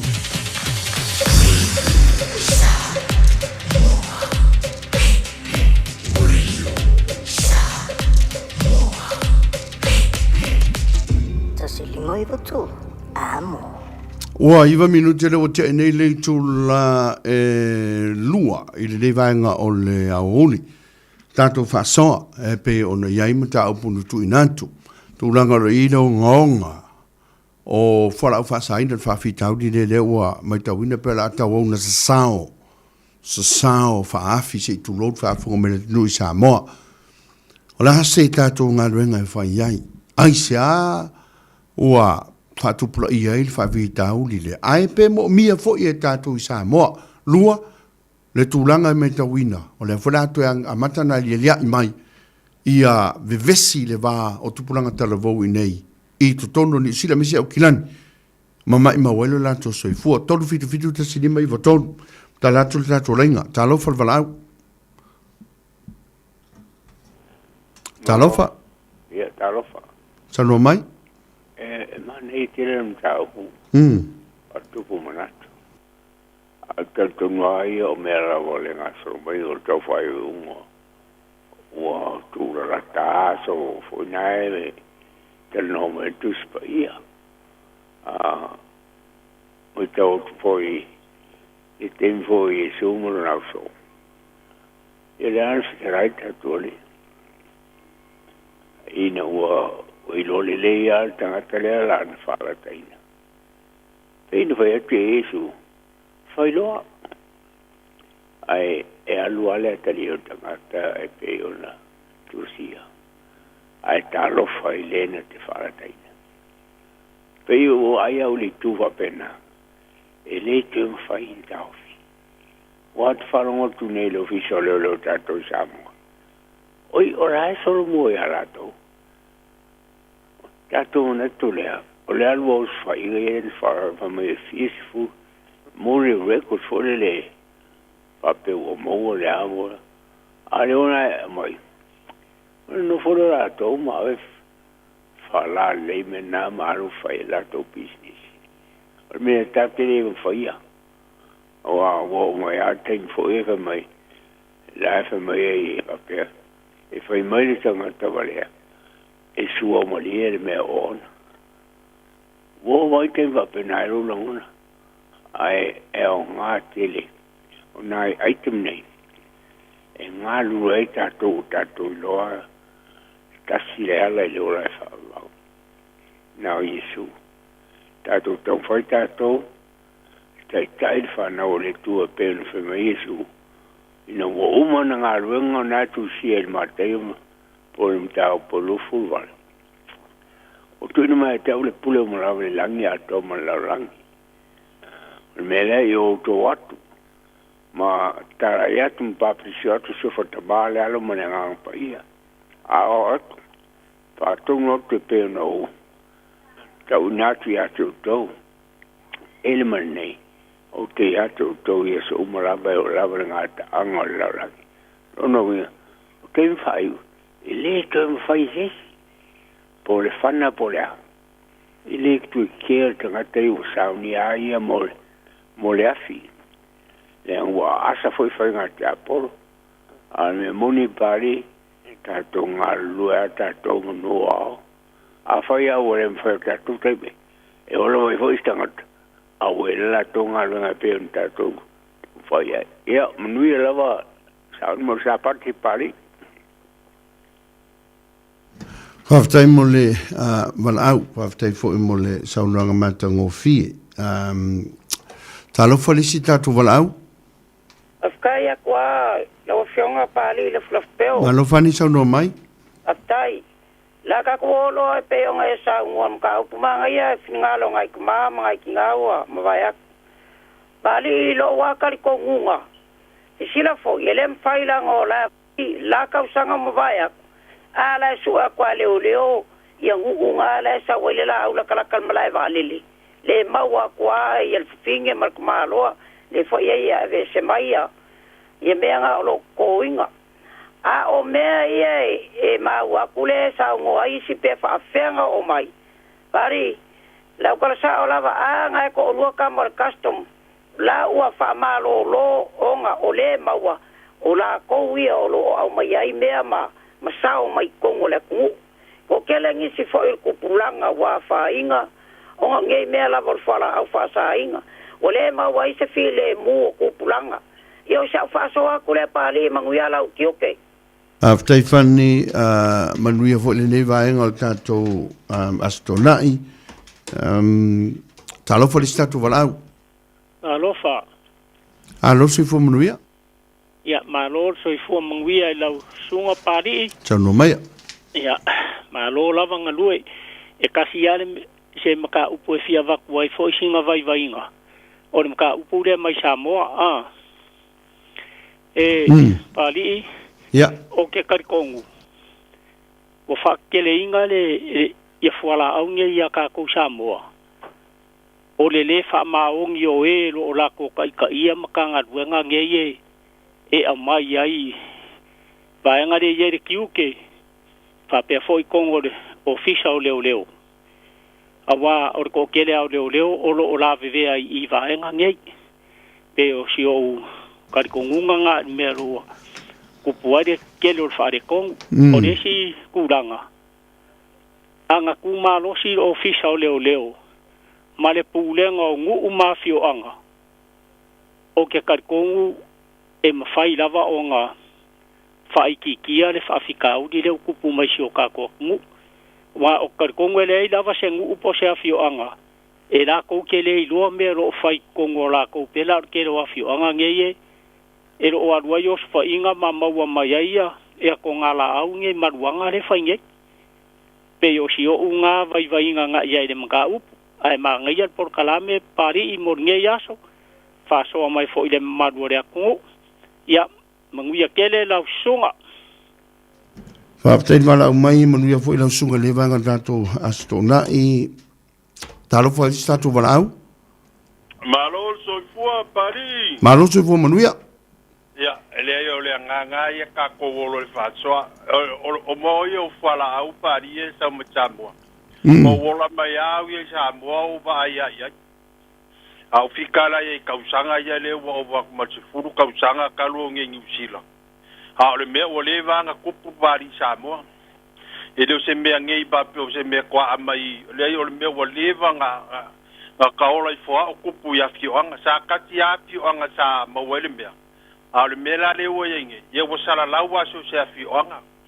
o le me fo le fo se malo sio o pule ngu ma fianga wa e lo foi po algo e foi pule ngula ko e le mele wa o ke le foi a alo ma fanga o le e ngongo foi ia la wo ko wa la ke lo o wa kupe va ve mo e mo wa ke le kupe mo awa ane fai ngā ruenga pari le vai aso a koe le rava se kong ai alu la sera kamba le wa pion menga la fie vai lo kuri ai fa nga u mau ye wala iro ke le kupe mo mai ai ai pauala sio e paua sio nga pole yai ngi langa le o le langa o sao o fai ya singa sao le langa ngi vai kai miwa le fo ka ko o mangi fo le lua fe lua ya ka ko ke le lo fo isi me la ko kupu mai le si kai ya le paua le nganga ya lo fangia pere ri ro ka ko ku au ngi ya ka le penge mea mai ngisi ka voi e laere yo ya o mai ka foi ka le pe wai e sa la fo ko o ka ba o lungo malo ya fa solo mai ya le fa tolo mai ya pa pera ya pari o cha nga pa to ku mangu ya le aso tai de mala mai ia manu po ne yaso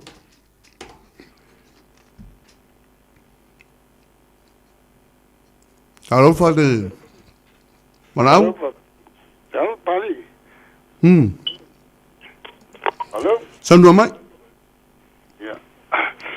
Kai mole mango. Okay, loya uia inga wa ia ele mafainga dangala la me umaya machine le mele.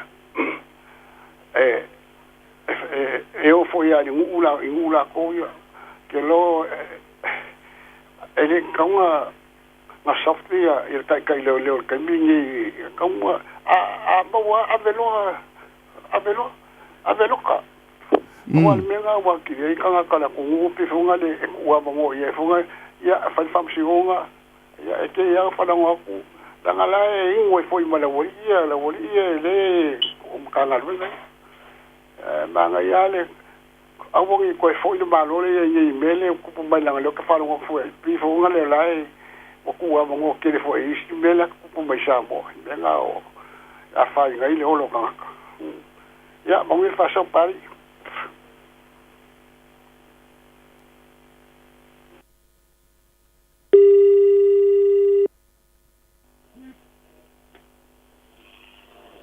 Talo for satu malau? Ya, talo fala ba ila songa. Ole matau pule te yana ta ua ile I Samoa. Ole fesili le pe ole tu la mai. Ole a se vai fo ta una fai ana I le tu langa. Ya, after mo sinanga lo uma la pe ona fa lia ile tūlanga lea lo tupu li tātou atu taimi nei. Ia e moni fo ima whamaoni fo I pei fo o isi fo I o na saunoanga fo I pei umawai atu. O le tūlanga lea we isa maua lea to tūlanga si tūlanga le lei. Ia e le o fua tasi fo I se nuu o le e le o tali te nunga masalo au wa nuu uma Samoa e tangata uma o le ingola I tūlanga I me whapea. O le fesili la le fesili ai tātou.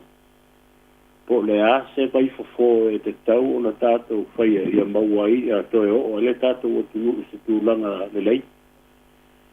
Ia momoa. O lo uia tai tonunga o lo te nofo maa. O le tātou o tunu e whawai le tua Samoa. A whaia moni ma whamaoni lea tai tonunga wha Samoa. O te rofo e lo tangata paule o le vai fo tātou te whaia. Lua. Ia mamalu, ia pūlenga a so se a lala whanga I nuu ma lala whanga. E te tau o na lango whaktasi I tūlanga ia au pongi whaktasi tō ngā tūlanga whape I tangata lawai o le nuu ia ma whanaua ia le nuu ia. Ia te tau I matai o nuu o na lātou tū ia lātou tū te tau no whai matu la whoruma ia whama manu. I te toru lawa le ala la whanga ma le ala la whanga. O le tangata e maua taunga I se whai unga ma mawha taunga o iai. A se upu le whapea se tūlanga hoi le whapea o le anisi waenga whai iai e taunga whai e tu e se aere waenga lea. O lo uia le tani tununga o te tonu o nu e tauna maua maile vai fo o le wala nei. Mali. Le upu le whai tu watu I ai mai o tele tu ai ne fo e uia I ali maro le malo. La whai a la tau tiute o la tau tiute e le ai ati tangata whai fua le langi I whapea e le se umatangata. Ai pe te I o le tunga o le malo si tele o le tupe o le mea na le fase se ngai tangata uma e moni ala o le maruana ia o le maruana o le mo le tupu e na e ala na fai tangata o le tupu vape ia a le fa le fola ngai le te taunga fai ngatu langa whapena ia o lo sio ula ia tau tonunga ia e tau ai ile ala la fanga ma le ala la fanga ona fa madu la tau tu la foro fata tau ma la tau tama fana yo se wala le te lo ina ia te tau a tu nga ia ma fa fo ia le fa fia tau le tatu o tinu fa stai am la vano Aftain wala mai muluia fo ile nei aso tona Tele ni so fina ngalo ye fa ilo me lungo tatu penga tfainang the Facebook page male tanto YouTube channel reader Samoa tau wa timi ala inu ese ne fa pe me lono fina ngalo ele te tau ona yeni fola au fa sai nei Samoa e te tau ona matala leo e mai se nuu i tupulanga te lovong e te tau ona mai tau le lei ma va ai de lei po fele sao mai ai tu tunu Samoa ma va ai de lei tangata le e tau mawai ni fa mtalanga oni tangata o ngao sia nei fola au fa sai nei tu tunu Samoa e te tau fo ina fa solo ni semina e fa ino ai tangata uma ne a fa ino le mafo fa tangata uma i nei mea ai tātou tu talo ma tu inatu so tātou o tunu i le tua ina ia tāwhi e sele nei ang sala o solo atu tu tonu so tātou o tunu pelo Samoa ma naia finangalo ia na whaalia mai nei matango finangalo le ai lava se finangalo e fo ilele ele taua o malama o tu finangalo peno tu ina mai talo for balau malo kai mole bongo tai ole mea nga e falunga kui i fuala au fatai e kele nga maua nga e fi anga nga e sa roko el fa kau fanguo ainga e kai pe nga i kele ma isi ngo fuanga nga o pia nga kele ia la u la vale nga au kongo au fi anga kai kasi a kasi le ko fama le fa ko kanga e ngu awonge mawalo kafi ese mangu o e fai vai ale fi malo kanga ka e o anga ngole le o fi ai yo awonge nge yeise kanga ka la kiki mas kanga ka fo la go ke fai ngi me fo kongo se fi anga yo fa ma le kanga ka ile mau meanga ile kai me kala bo fa jo solo le ola ngai ile makua ia o le ola fi ai yo awange i fi o vale le kanga kai i pulenga angu kai kasi o meia le mawai fuala auia e mawai i ngai vai tele mai si fi anga o pia ngai fa ka wai pangua e sa lo kor kanga kai anga me e fai ele e mongia ala a pia isi e pio anga i mo meo ko ngal maruanga ai le o ye ele o mo wa ingai me yo le aisa ma isi me va ku fafu yo o meanga ia ka go ke lo ai le lo fo le ku ia Samoa lo ngo pia le kamakiki male kengi ke fa longo i makua la ko ke mo le mele le la ko waso lo la ku ola a mo mole o le kanga kai ola i olanga pi o ma me mo mai ko inga menga ya e mongi ya malo i te kaimi ai le o le nga ka angor so fu ma le ola yo a wonge ko fo le kanga ke pai se me ma ola i ola pala pa penga e fa fanga i fa nga um ko ku ai le ainga yo nga se kaimi ai le umi alo ale unga ole ola fi ai fa kai pa di mola bongo tai fu mo fanga falia nga Samoa tai ya manuela oli ai al fa so se fu tamali ina mantu tano fa ile vala au Alofa bali malole on sai mai ya manguia kau sang fo vai pua O se talo fa vai pua manguia kau sang fo. pa kai o le faro ko lo se fo fa pe o e malanga ti sia ko fa kai fa soa Allo. E lo wa ka ko unha pali ele fain ko pauale awala o le makala o la ko lo le inga le tunu lo vai le ko kulanga fa pe ngi ele anga o ka vidinga la langi o sa kele tu mal mere la langi pe mal mere fa ma ko viki wala ya sa ko wele solo el fa ma e fa pena umala pe mele wa en mo fa la fa sainga vai for ka ko ku sa le o ku yengi embea ya le o mo kwa mo ka el mele wa en ka ko ku o fa kelinga pa wala le ko fiki ya ko anga ya makanga ruanga lo pui sa ngare mo le tunu e ka ki ya awa ele makala lo le va ngale ya kafe de algo mea pari wa ese mede wa ye wa le ko ki ale se fio anga le ka mai la wo mo wa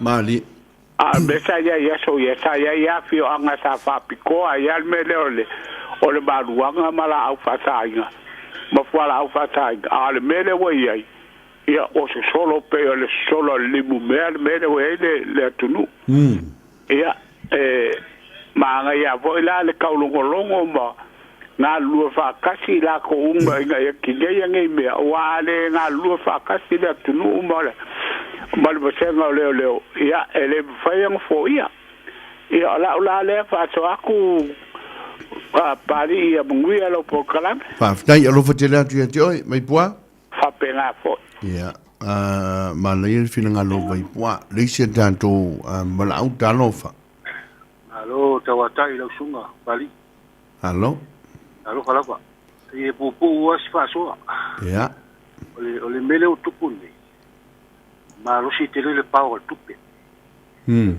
ta inga va pe te milionia sa tong yao ya tul mele ai tama fai fol mele yo sidila ai me si milionia ja wedi ele pem tite apena mal mele tupuni Samoa pali ole al mo rungo lo to fin malo Leo meu ma e te lepe mal tupe tu la fon leo tato falo no nei o e sta ngata mo no malo mo leo foi la fa mai ele wa foi la fa lo ngona tamata a o tu ni stupe ya o inga testing ngata pese furu afe tango fa mai mo va ngana e si fa tauria tato vaccine o le mele fa tu termine e te le o mele tupu nei me tupu sa wa pa o tupe ole ai talu mongo se milionga se pule ndu ele tike langa o pawa tu petemi o kengi e falo ngoki le mele mafu e kengi se longa o fasioti se fa to atule lo fese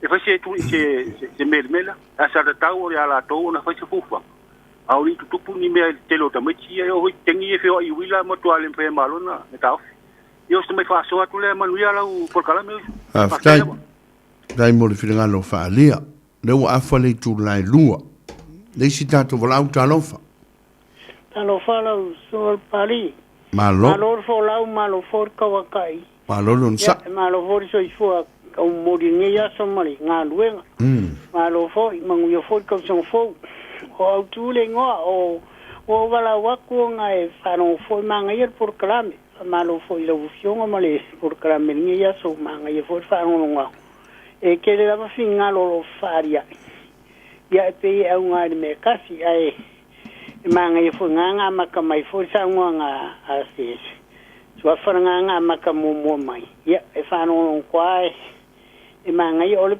ola ka ikailo i ai mai se fo kwanga ni sama o ni fo i me wo i Samoa ya ele o fo kasi se ku o ia i mai la langi ni me foringa al fa mai le ye o si o mio mai le la langi ia nga fu pe mai fu Samoa ma ko fa kala fo iska mari e fa pe o le kupi ia ai pa wala ka ika fo ko o ka ko ia fo Samoa o le mea wa fia le la langi la vo I Samoa ai paua le mea ka ko karo sia peng ia le finga malo manga luenga ali malo ia me soe o la kupipuia kula fonga ia lo fangia o pule anga fo ia ngu ele ia se ngu e fa pe e fongo le pule ngu le son fo pe ka ko malua le e ola e pui o mangu ai ngo le ngor so ifuanga le we ngi mar ngi vai kai me so ifuanga lolang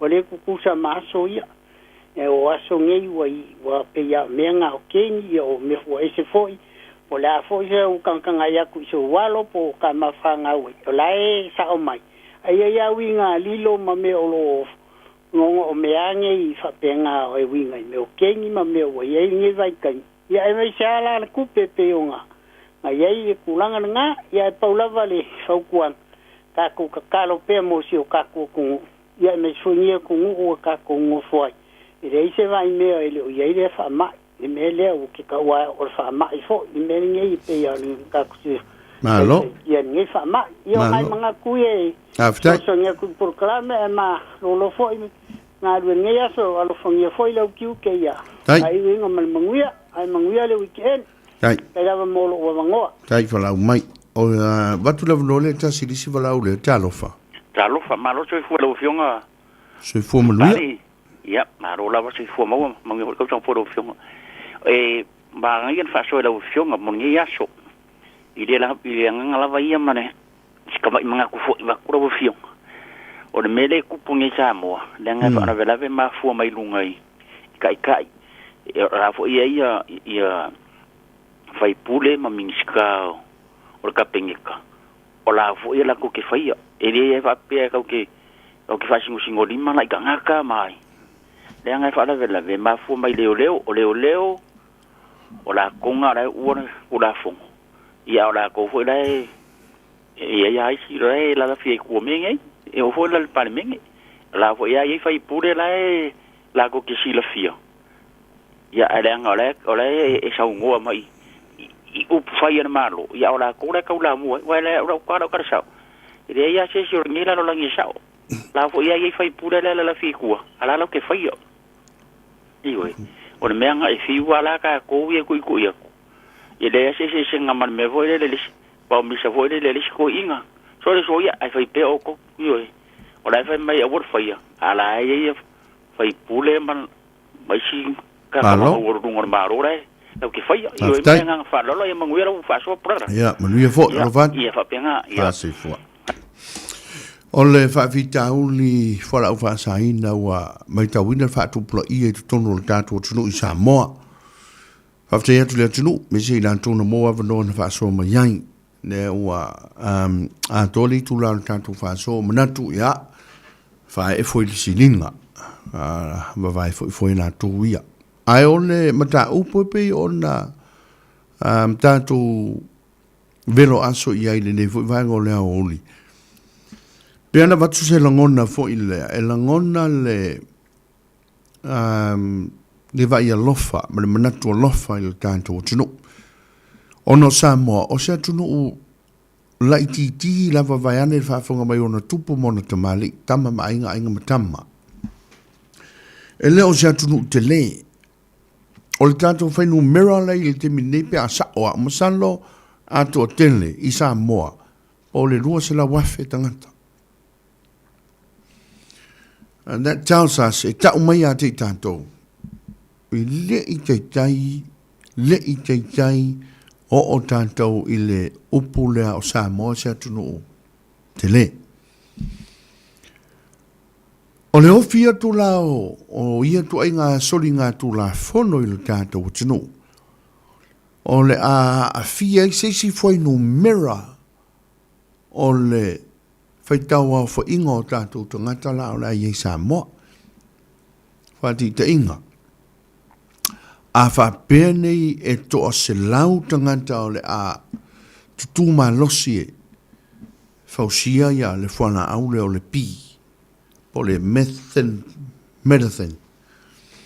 Ea, o le asa o sawana o lātou whaalanga ina nisi o soifua po nisi o langa.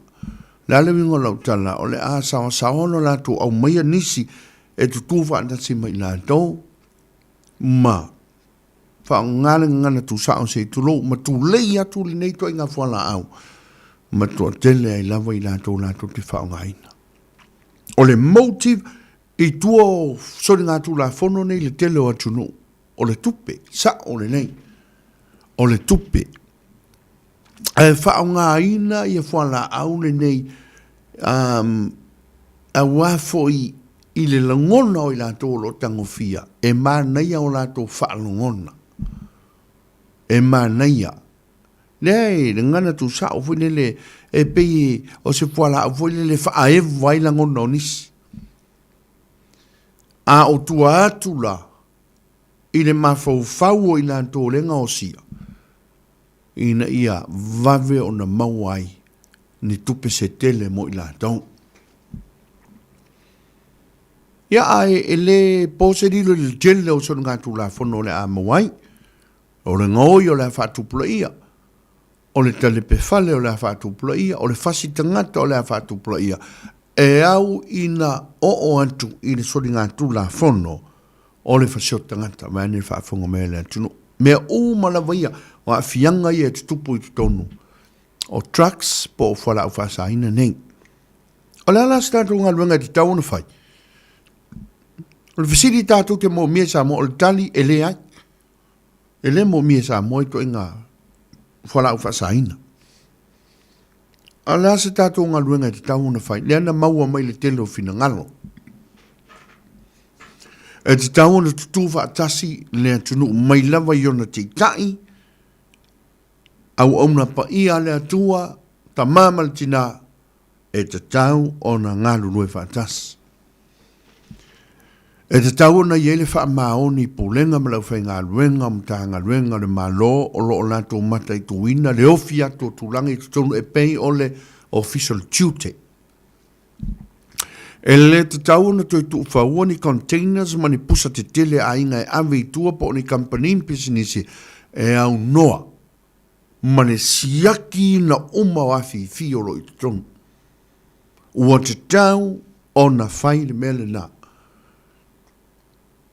Containers, ta vale, pusa, o loa wha momori lo watu, ato pau, pole alawa, e le te tau o na toi tuu me ia e tu ua le wafu, e au noa ma le siaki le leina.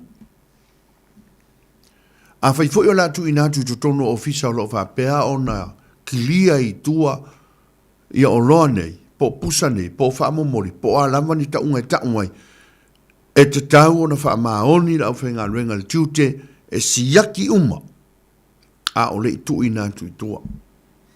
E le tau na to e o tato le me fwoi lele wha talo whatu e tala wha talo wholono inga, o lai mono atu le tupe ine i ave i tua o loa si tau, e le te tau to e topule na mea aise a, o leisi lea whai tutoa, o le ofi atu, o fuara au nei tono le atunu. Lua, smoni le leili saunonga, o te tau o na sila le malo, ma le matanga luenga o leo ma wha misinonga, si i tia i nunga, tau o na wha malo sia, ia soli ia wha salanga, o i la tau, o lo wha peona tango fia ma whau sia ina, nei tua inga, fuara au wha sa ina i tono le atunu. What is tau? E le tau tamina tu mai iei le tunu, mai se whai ngā malolo tu le mai.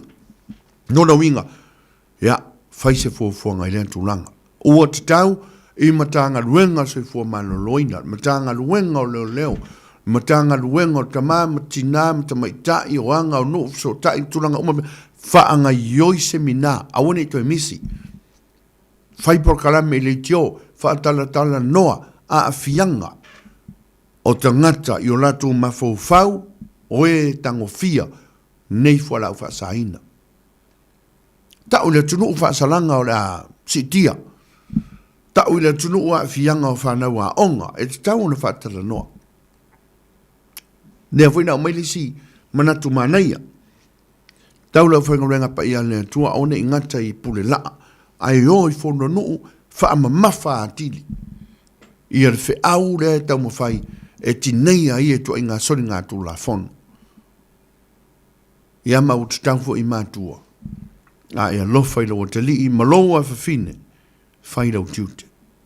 Whaatino lau tiute. E ui aia, tātou te le fai atu i whanau e o fai nei sori ngā tū la fono, a e fai ngō whiona tātou i ite e iei me la tutupu i tono sisi o manga maolanga o whanau. E le te tau ona tō whau i le tō whisilina, e te tau ona tātou tō whisili ai. Ina ia mautinoa, o lo tātou i loa, o lai saunga le mūsi si o manga o lo ola i la tō i te tono le ainga, ma whafo anto le ainga. A wala ia, nisi nao a wala e te tau ono tātou tutu whatasi ai. Ia, tū leile tū langa i le tū, i le soifua whale nganga o le atunu. Ua te tau ono si tia, polo kala me whai, ine e si tia ai, le tū whaale nganga o le atunu. Mai ai ta māti nā, tupuranga talavou whanau, talavou e o i whanau iti, e le tau nto i whantamala le tūlanga. Ua nā o se lafonga e whaalupe i le vao, sa mo e whaavai i le atua, pe a whaapea, tātou te le muri tai, e whaine whina ngalo le atua. Ona tātou maua lo lea, o se Samoa, tofi manie.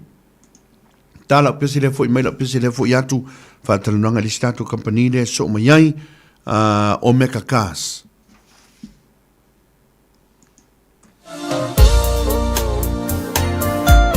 Alo whatia tō van pi, whaawila alo sina anti, a matavonga, i puniu imo, tau wātime ala inu ese, fili sa nele, whaafuteni mawuta mai male tō tele o tau, o le mawuta mai pese le mau tau.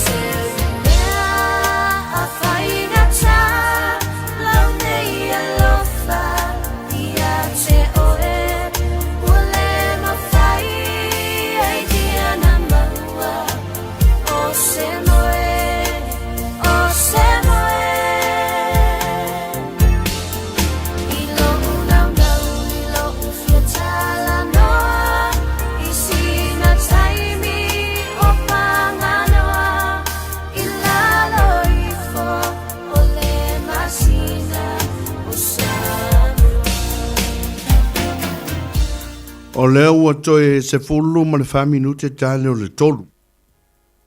Ua maua te fwoi whilo inga ma sunga tong si o le tātou o unanga o meka kas. Ia, mo se nātou li poti ne fwoi au de la stona. Tāna whantu i lau sunga tong sia, whawhataini mawhata mai manu e fwoi tau sanga fwou. Ia, whawhataini e fwoi tau sanga fwou, mlangi ma fwoi whatalo whawhatu fwoi i lau sunga le Papaliitele.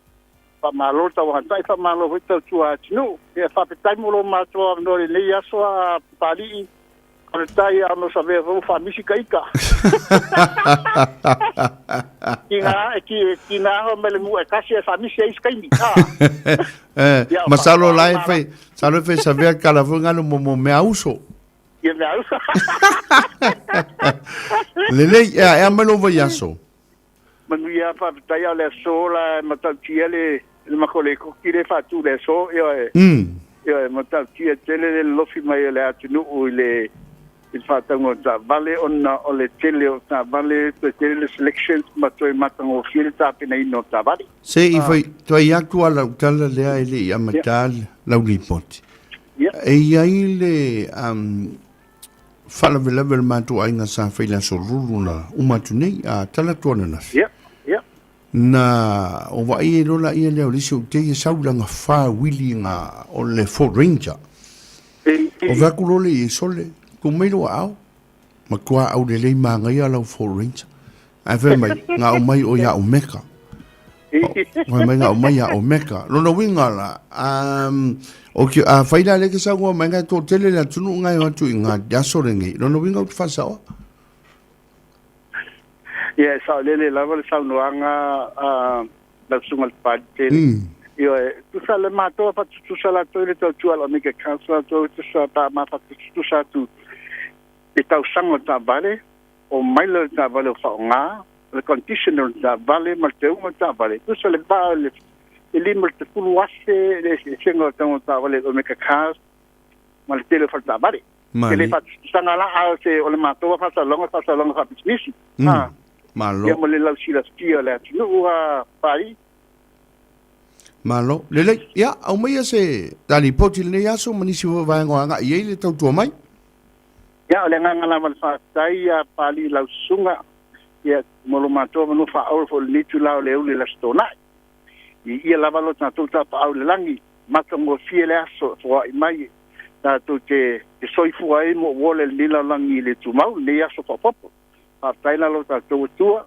ia fatalo fatu so tu pele ina mo Samoa ia te mi solo e mai a foi fatu lima fatelo ai le tsunga Papaliitele to i mo Samoa ia fatelo a se lo fatelo sa lo mega castle ni chula laso ia mo ta tori poki pe la from tala se te mi sola e mo ta tiele a foi tulanga le so io e al me mo ne mal me sao e fanta to for rangers wa alu le so ai tolu for rangers o le pending o le fatali si document le ato my documents ai tolu ta vale la iti tolu ta vale la mo le aso ta sina to le sei so tanga ta actio mai mata mai auto lo tsala me kas ma moli mawina le tawor ta vale oi ma moli mawina ta vale ne yeli ta vale le ni tau mo fie ya o ta to nga fa to tsala me kas ya tena le foto tele mo malo la tsunu o fa nga inga me kas le tau tsue mo la to le ne yaso ya fa mo nia fo i feo fie na moa le ia se ele tu ole a fo ile me nei ai le tawa au ia ile la tu feel te no afe ma ta vale la tinta olia ila se di mesla tala ia to sanga ma to te vai volta vale samo yo e te vol na fitness registration ma service no table o me ai te le se le ni to te lo ai na fit na vale ia wa fala to singa table ina ia a nga mo umil fa nga ino table na mo to te samo lo fa ko ma ni fa longa ia te manumang te mi Samoa ia sia mo se sa le ainga ai sto fa te mama na fa pende folo ia na la me le se si mo o mega kas tom sia fa mama mo ona lua da ta tia tu le te o tafa pe ai to tanga pe le ai e fia tu si so se me lava e tina ngalo ia pa mama lama tulanga to finance fa e tom sia te me sangi lau ko kanake ale mamlama se me fa ingisi e ma fain fa blama tongsia ina ia awa lava ne ia se me ne ne ia manino pen me uma ai de se ni ma umun se ni tanto ko kanake man to fe fia fe de mesara se ta vale mo afe ta tu fe fi mo ta tu piki apu ta te sa sanga se ni ma beta vale ona mola se ni dole na mi fe na mai oi su mai me tala mai an samo la so mo fu ta po le lo fe te tu lo so fu le na vai fo pe a fa pe fi fa to se ta vale ta fa pe o toile so Suma lu slau ke meni strai man ka pe vala me fa telefoni ole o iva lu fitu lima valu ta silua o iva lu fitu lima valu ta silua ola telefoni fa vai ole o lu tasi pa tu ono lima fa tasi o lu tasi fa tu ono lima fa tasi Samoa ia fa malu ngatu fa mola latu ia tongsia pa pe se tau tu ala me ka kas ole tau mali fa lo fa fonga po mala sisila te mina suma tal me a ia mato te matua tuna ia poto lava to tai ia i faile te mile mo i sei ia lauto onga fa tava ton sia pio o se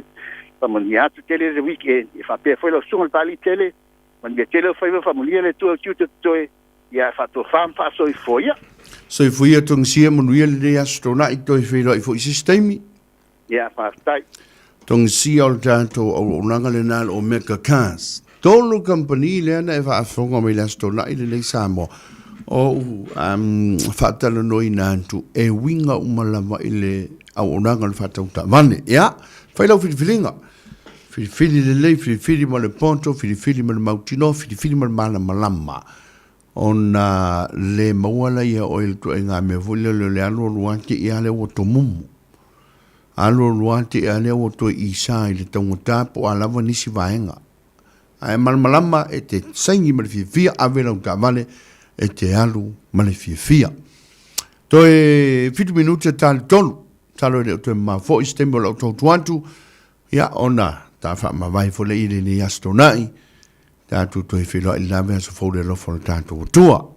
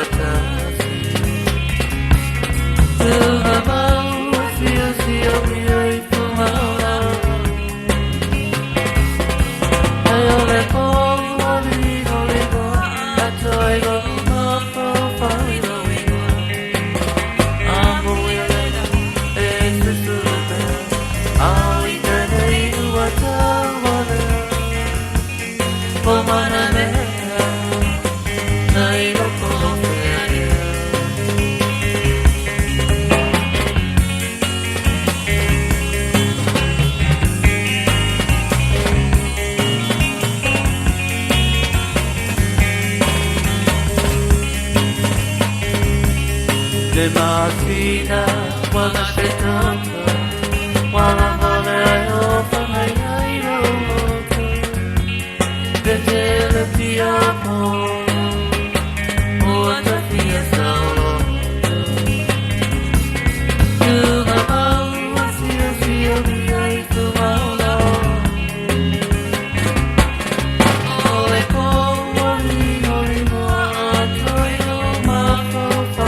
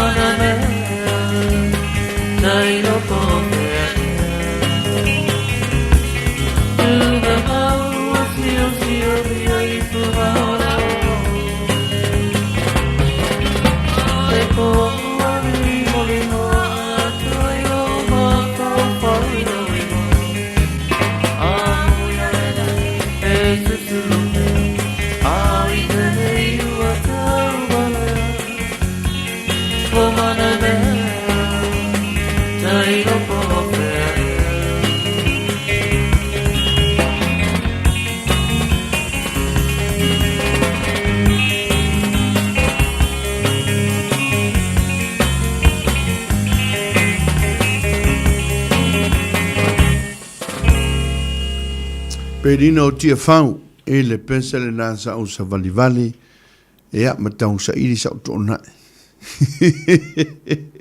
Fiwa su e wale se ma ke fai e ma ngele ma hotara.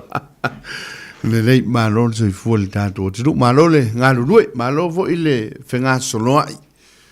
E oi ma na ia pe a vatu se lu itau mo oi. O la wale lu itau e ave pe le atunu o le tele o amatanga o tau sanga. O le lu itau. Sa ili brasa mo i mitinga e tau le tuli matangau. Set yourself a goal. Ma ai brasa o goal e tau na fatulanga. Ya, va te inga tele to inga mo i mitinga, tele to inga matatia po goals. O nisi, ya, o seki la to ko so le fengatala na maua ya fengatala au sia ele sa fa inga na tunanga o metonia o le vai po la ko but e ai lava mo short term goals e ma faionga e au sia achieving of ina fa te ingala a fa peolete mana o foi le ia lucio ponga. Ia, kau nari e whainau. Tusi rau kauri lalo. Ok, nga e lusi ngia kilo se 5. Nga 5, lava le na. Au e kia ngau sifuru. A matantu i le 5. Ia, whapela ia le. Ok, 5 goals. 5 goals, 5 kilo. 5 Ks. E te taunga uma e le tolu masinga. Ua au sia lau kauri lea. Ia, a mata lole na whaatulanga u porkalame, me ngā lue a ngā i lau dream po lau goals po lau mtatia, po lau moi mitinga leo whaatulanga. Io a kuri whai ungo mati, ua 5 kilo ua mwhai o ngā lusi, mai ane whaafunga mele tino. Ia, to ngā goals whapena, ia pia whapea fo ue mana o e whaatau sau ta vale, whapela ia le sili ala o sili ale fa puto sa kupe fa ta wila ta male ia nga ngofo le ia le seki la goals a pe okay a solusu fa te se ma ale yo le a solusu limo christmas ole a fa ta wisa for week ya a makalo nga lua ngi ngwali fa putu teu la tupe teu o aku ia fe puali e kilo pe fia o aku ia mati kilo pe fia la o yai yo kia te sema ua maua pe ua mawhai o nga e te wina se vai ngā tupe e tala whea ngai lona male tau o le tua ngā tā vale le te mana o iai. Aso rusu whalo te sema pe auri atu le lofa mlanga le tua tsoi fuma le ola alu rofa tau aso rusu 5 loa sami lona moi mitinga wa usia tua ngā moi mitinga wa pena ea Nisi foi moi mitinga whātupu manatu mo oi whapele lei na walu la. E avisa o kos. Na walu avisa o kos. Na walu whaisa o certificate of management. Po certificate of social work. Po le certificate of nursing. Ia, alu la ia whai. Hapea, ok. Ia, uma e le tausanga lingei. Ia, wa au sia la o certificate. Ia wa certificate fa fai tono lo no masina pe fa pe fai volele fa full time anu rola ile fai uma ele unga masinga ale uma to sanga le wa ausia la certificate of nursing certificate of social work para lava ia o volele to sanga fo sekili si o ko ona o to ma fai la diploma of nursing ia ya o nga lue vo le nga yai fa pena ele ai se time nei se me finga tai lalolangi le nei tatu te yai pe a tu ulo fa tu ile tua ma e nga lue ma losi a ngai i lau moi mitinga lo fa tu langa Ia. Ia. Ma ngai pe o makni to sanga. Sa ili polana 2022 resolution. Rai polana so moi mitinga titilo nga yai. Ia. O nga ngalu nui lo le nga i tātou. O lea fo ko seki le sa moi mitinga. Ia, o la moi mitinga fo i le lau ka mo fai ia uma e le ongo masinga. O lusinga o kilo se sefulu. Ke mingi rai po a awa vai puava pe sole. Kwa io fia mo mitinga pari i le ala akuri kongo masinga.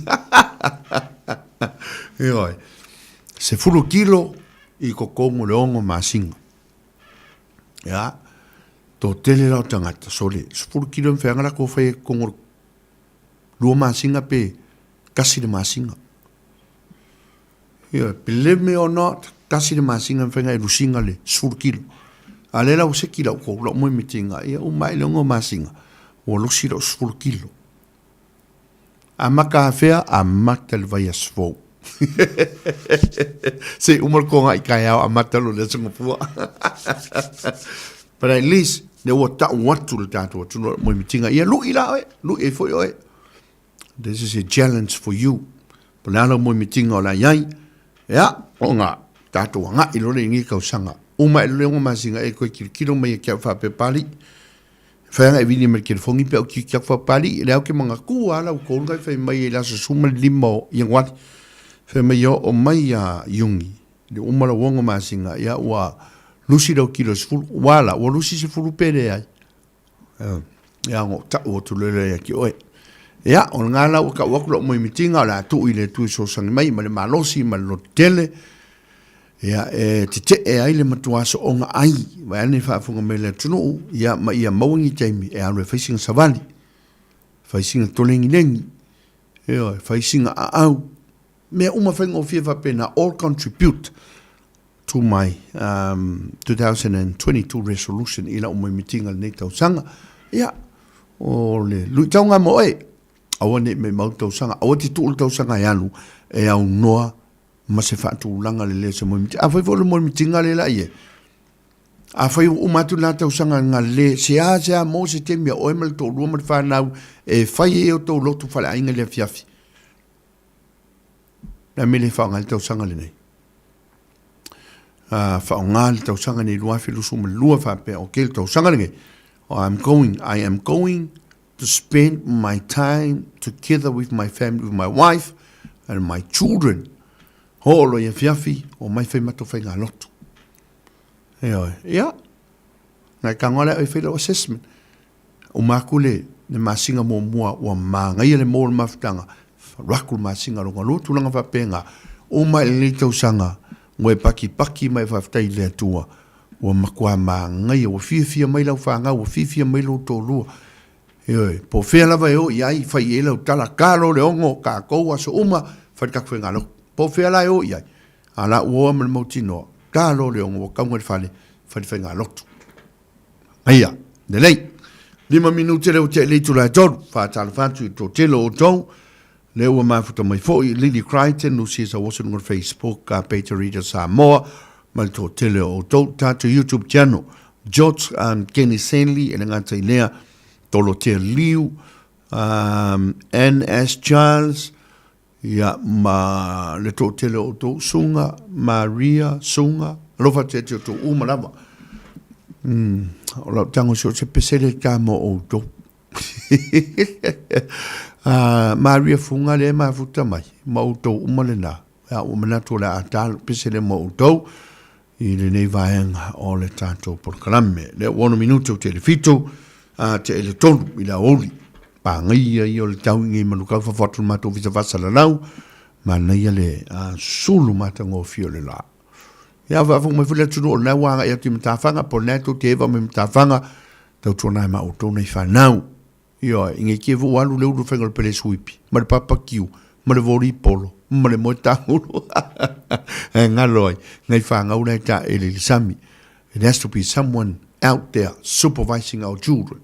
Ka unga i se si la te. Ai le whanau. Ia, Alright, while they're enjoying swimming, alright, fia ta ele. Pese le mo tau. Marisunga male la tu umangai mafuta mai neve mai tache pese. Ya, Lily Crichton, alo fatu mo tu umala pese le mo tau.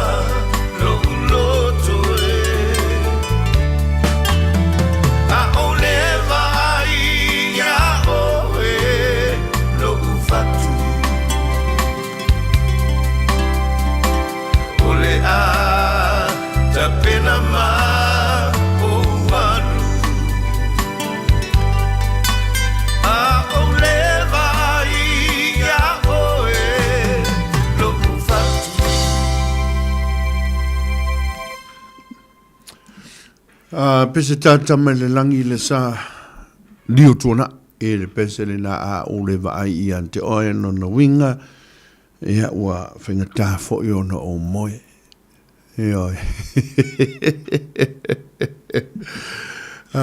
lea wa se foluma le tasi minuti o te ne le tu la tolu tamam tina ma tuolo ma vitamai fatalo fantu ia te o to o malava po fela tu no ne mai tomato to tele lava ila to la e vai va mai nai i le telo stete se o America ia fa filo in fatalo fantu ia te o to i Australia fu ila to ia Jonas stete te tasi ia malo le mafuta mai fa filo ia tu ia te o to mai se foi ma to ni au kilani Ia o le aso tōna i nei, o le aso le nei e tau i nisi o le aso sa panti, ia i nisi fo tapo inga.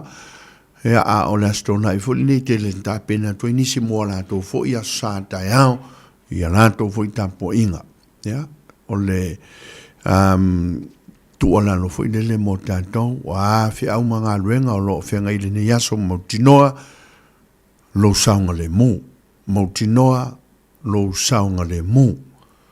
Eo, a whiwa i fo i lunga o wala te le vavave, a ua le sala wha asao sa waina tātou tā mali. A ua le tāngo fia le ava malosi pe a wha peo le nai te aveina le tā mali. So i le leise tāsi na te ave le tā mali, pe a wha peo wa e filifili, e tau mawha le ava malosi. A ua te whelua i o nā, e tutupu mai ai wha la lave tele. Masani no fa longo i te lo tangata fe mai se pelo anga te o nga au ke loa mela i fai. O te le loa, o te le tali tonuina le nā tala fa pena, o te le tali tonuina ia ua ia. Eoe. Ia, ai, pule oe, pa wale mea, o le fautuanga tuan tui o tafa a e tango fia le ava malosi sa ili si tangata avil ta vale, ia maa nga i o i le. Ta fau po feanga iai, leisi fo i mea, ta e lenga le sami, e tele lava wata maasani iai, uma mai ta lenga le sami wata le lava wa vai vai, lenga lava le me fa le lava tangata le menga le sami, fa vai vai tangata, e me se fo i lai fei de vori, e matua furi a ai papa kiu, a ola te me fo i mai iai, taingo fia no so fo i e ta tau i langono le fia moe, langono le vai vai, e me le fia moe, o le fautuanga, a tupulo le tulanga wa pena a feitua a leana i el tamane malo lo le titi fa a wau le malanga le ainga oa pe o le sui fo i la vale sui la vale mauti noa e tau nu usanga le mu ia le lei tali sa pese le mo le tanto tulo ma mai a fa lo le totu mai lo atu lo lima ta fa to fa fo le i el ni vaenga o le tanto por kalami. Thank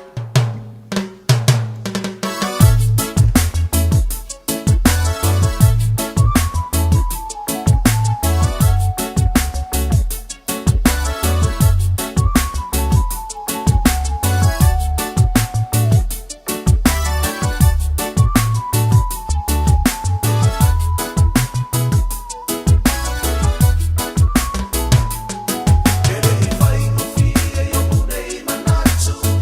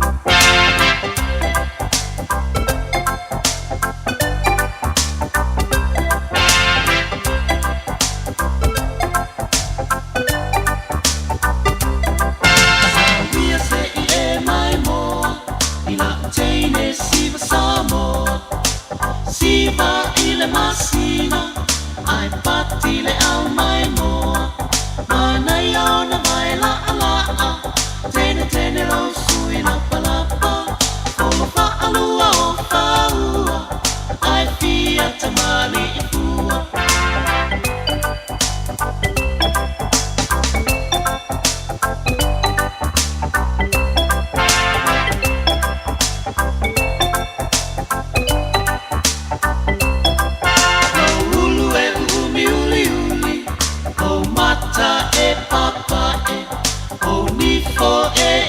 ila tau vai pe oni tifa piniki ala fam lau mutu suala oa o tamai pula loa ila teine siva Samoa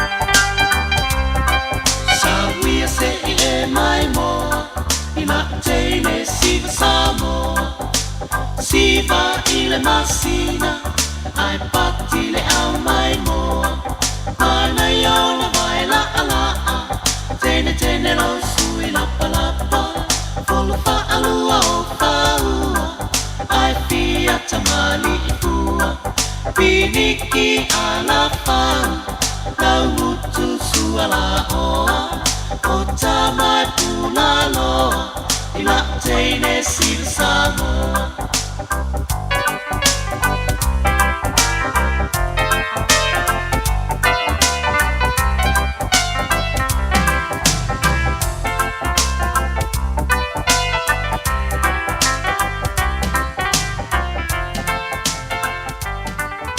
My mum was quite hesitant actually. Because she's like a traditional Samoan lady. But then I actually have my brother and my younger sister are immunocompromised. She still wasn't going to get it, but then she was looked at them and was like, I know if, even though I can't, my beliefs don't align with that. I think for my kids' sake and for our ainga's sake, we should do this thing.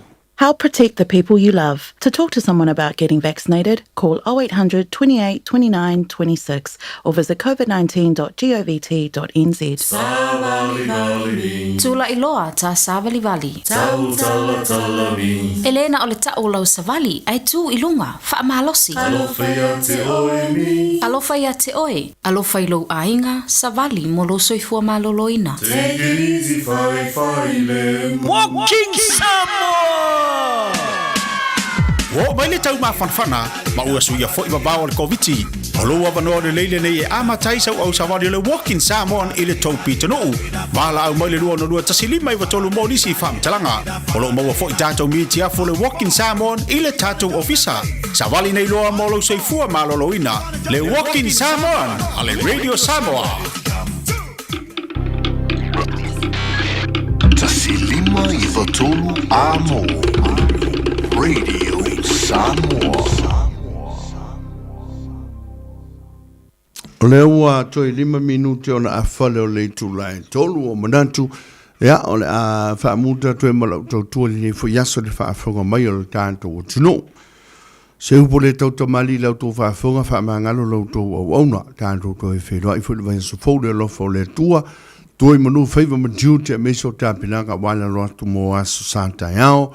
Ia mo ilantou o loo whapea fo na whaamamalu le so o lantou sapanti niso e kale sia i anga le leile tua i alo ma le mana le upo fola e so se whatawhai tauranga lo alanga ina ia fionga pa i o lo tātou o li ina ia pa o se whatu e pa u i le ede le lei fua mai ma ia fua titi whai lem titi i ala mo i tātou uma whamangalo lo tō wauna se upo le tau tamari i lau tō whafonga potolo tau tai a sela nātu yama. Nātu tuo tō le pesale ne sunga ia poe e lama whaani liu se penitala. A ieni alofa ina, ea, whaani liwane se penitala. O lofa nei, o lofa nā, lofa ngia le tua, whai unga o le neiva yaso manuia, ia toenga o tā whaonga whenga me le tunu o tā longa, mi se fwere tunu lo mai futo me tunu e mamao, Amerika, Australia, po fea se vaenga le kilope lo e maua mai ele tautua le radio Samoa se fululima i watolu a mo te whaato whaantu i ante o le pese lea a yeini o wala whaanga e a whaali iwane se penitala. So i fome manuia.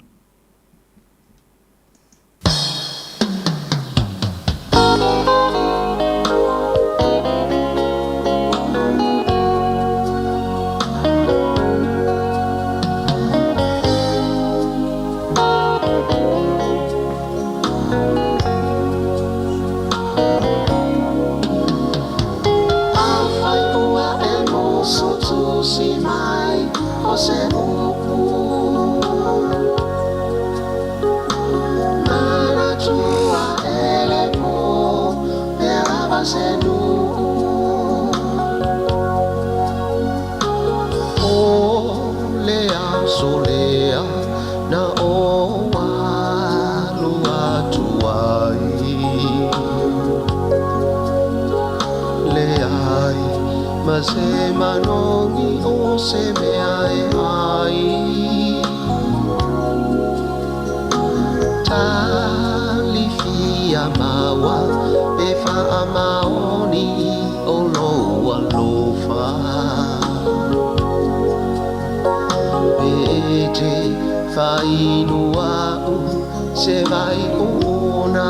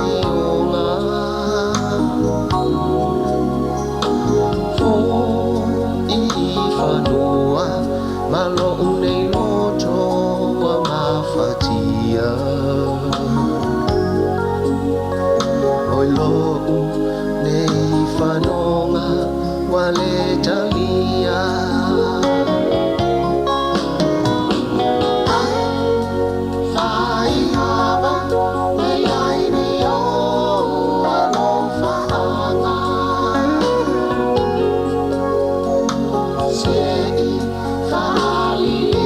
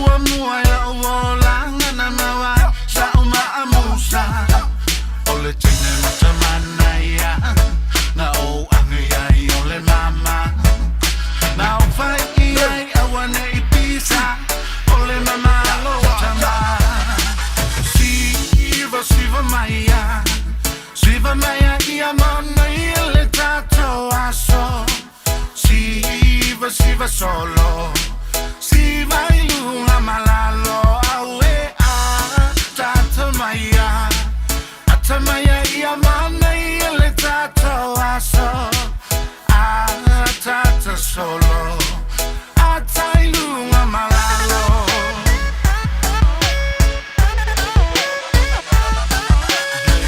Io le fai na wo malo si aleta so na uma waina mai na wo ole tine fa so ele vai pa ole tala le fa so wa mai tanga na tu feseli ai lo uanga ai ua mai tala no anga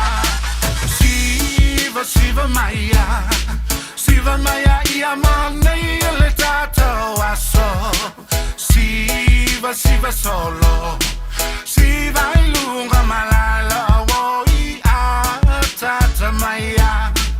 atamaya ia mane le tato aso tata solo atailunga malalo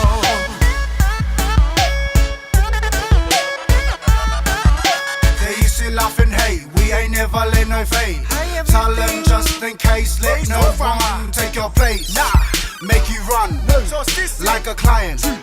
I'm a boss, but I'm a store say never.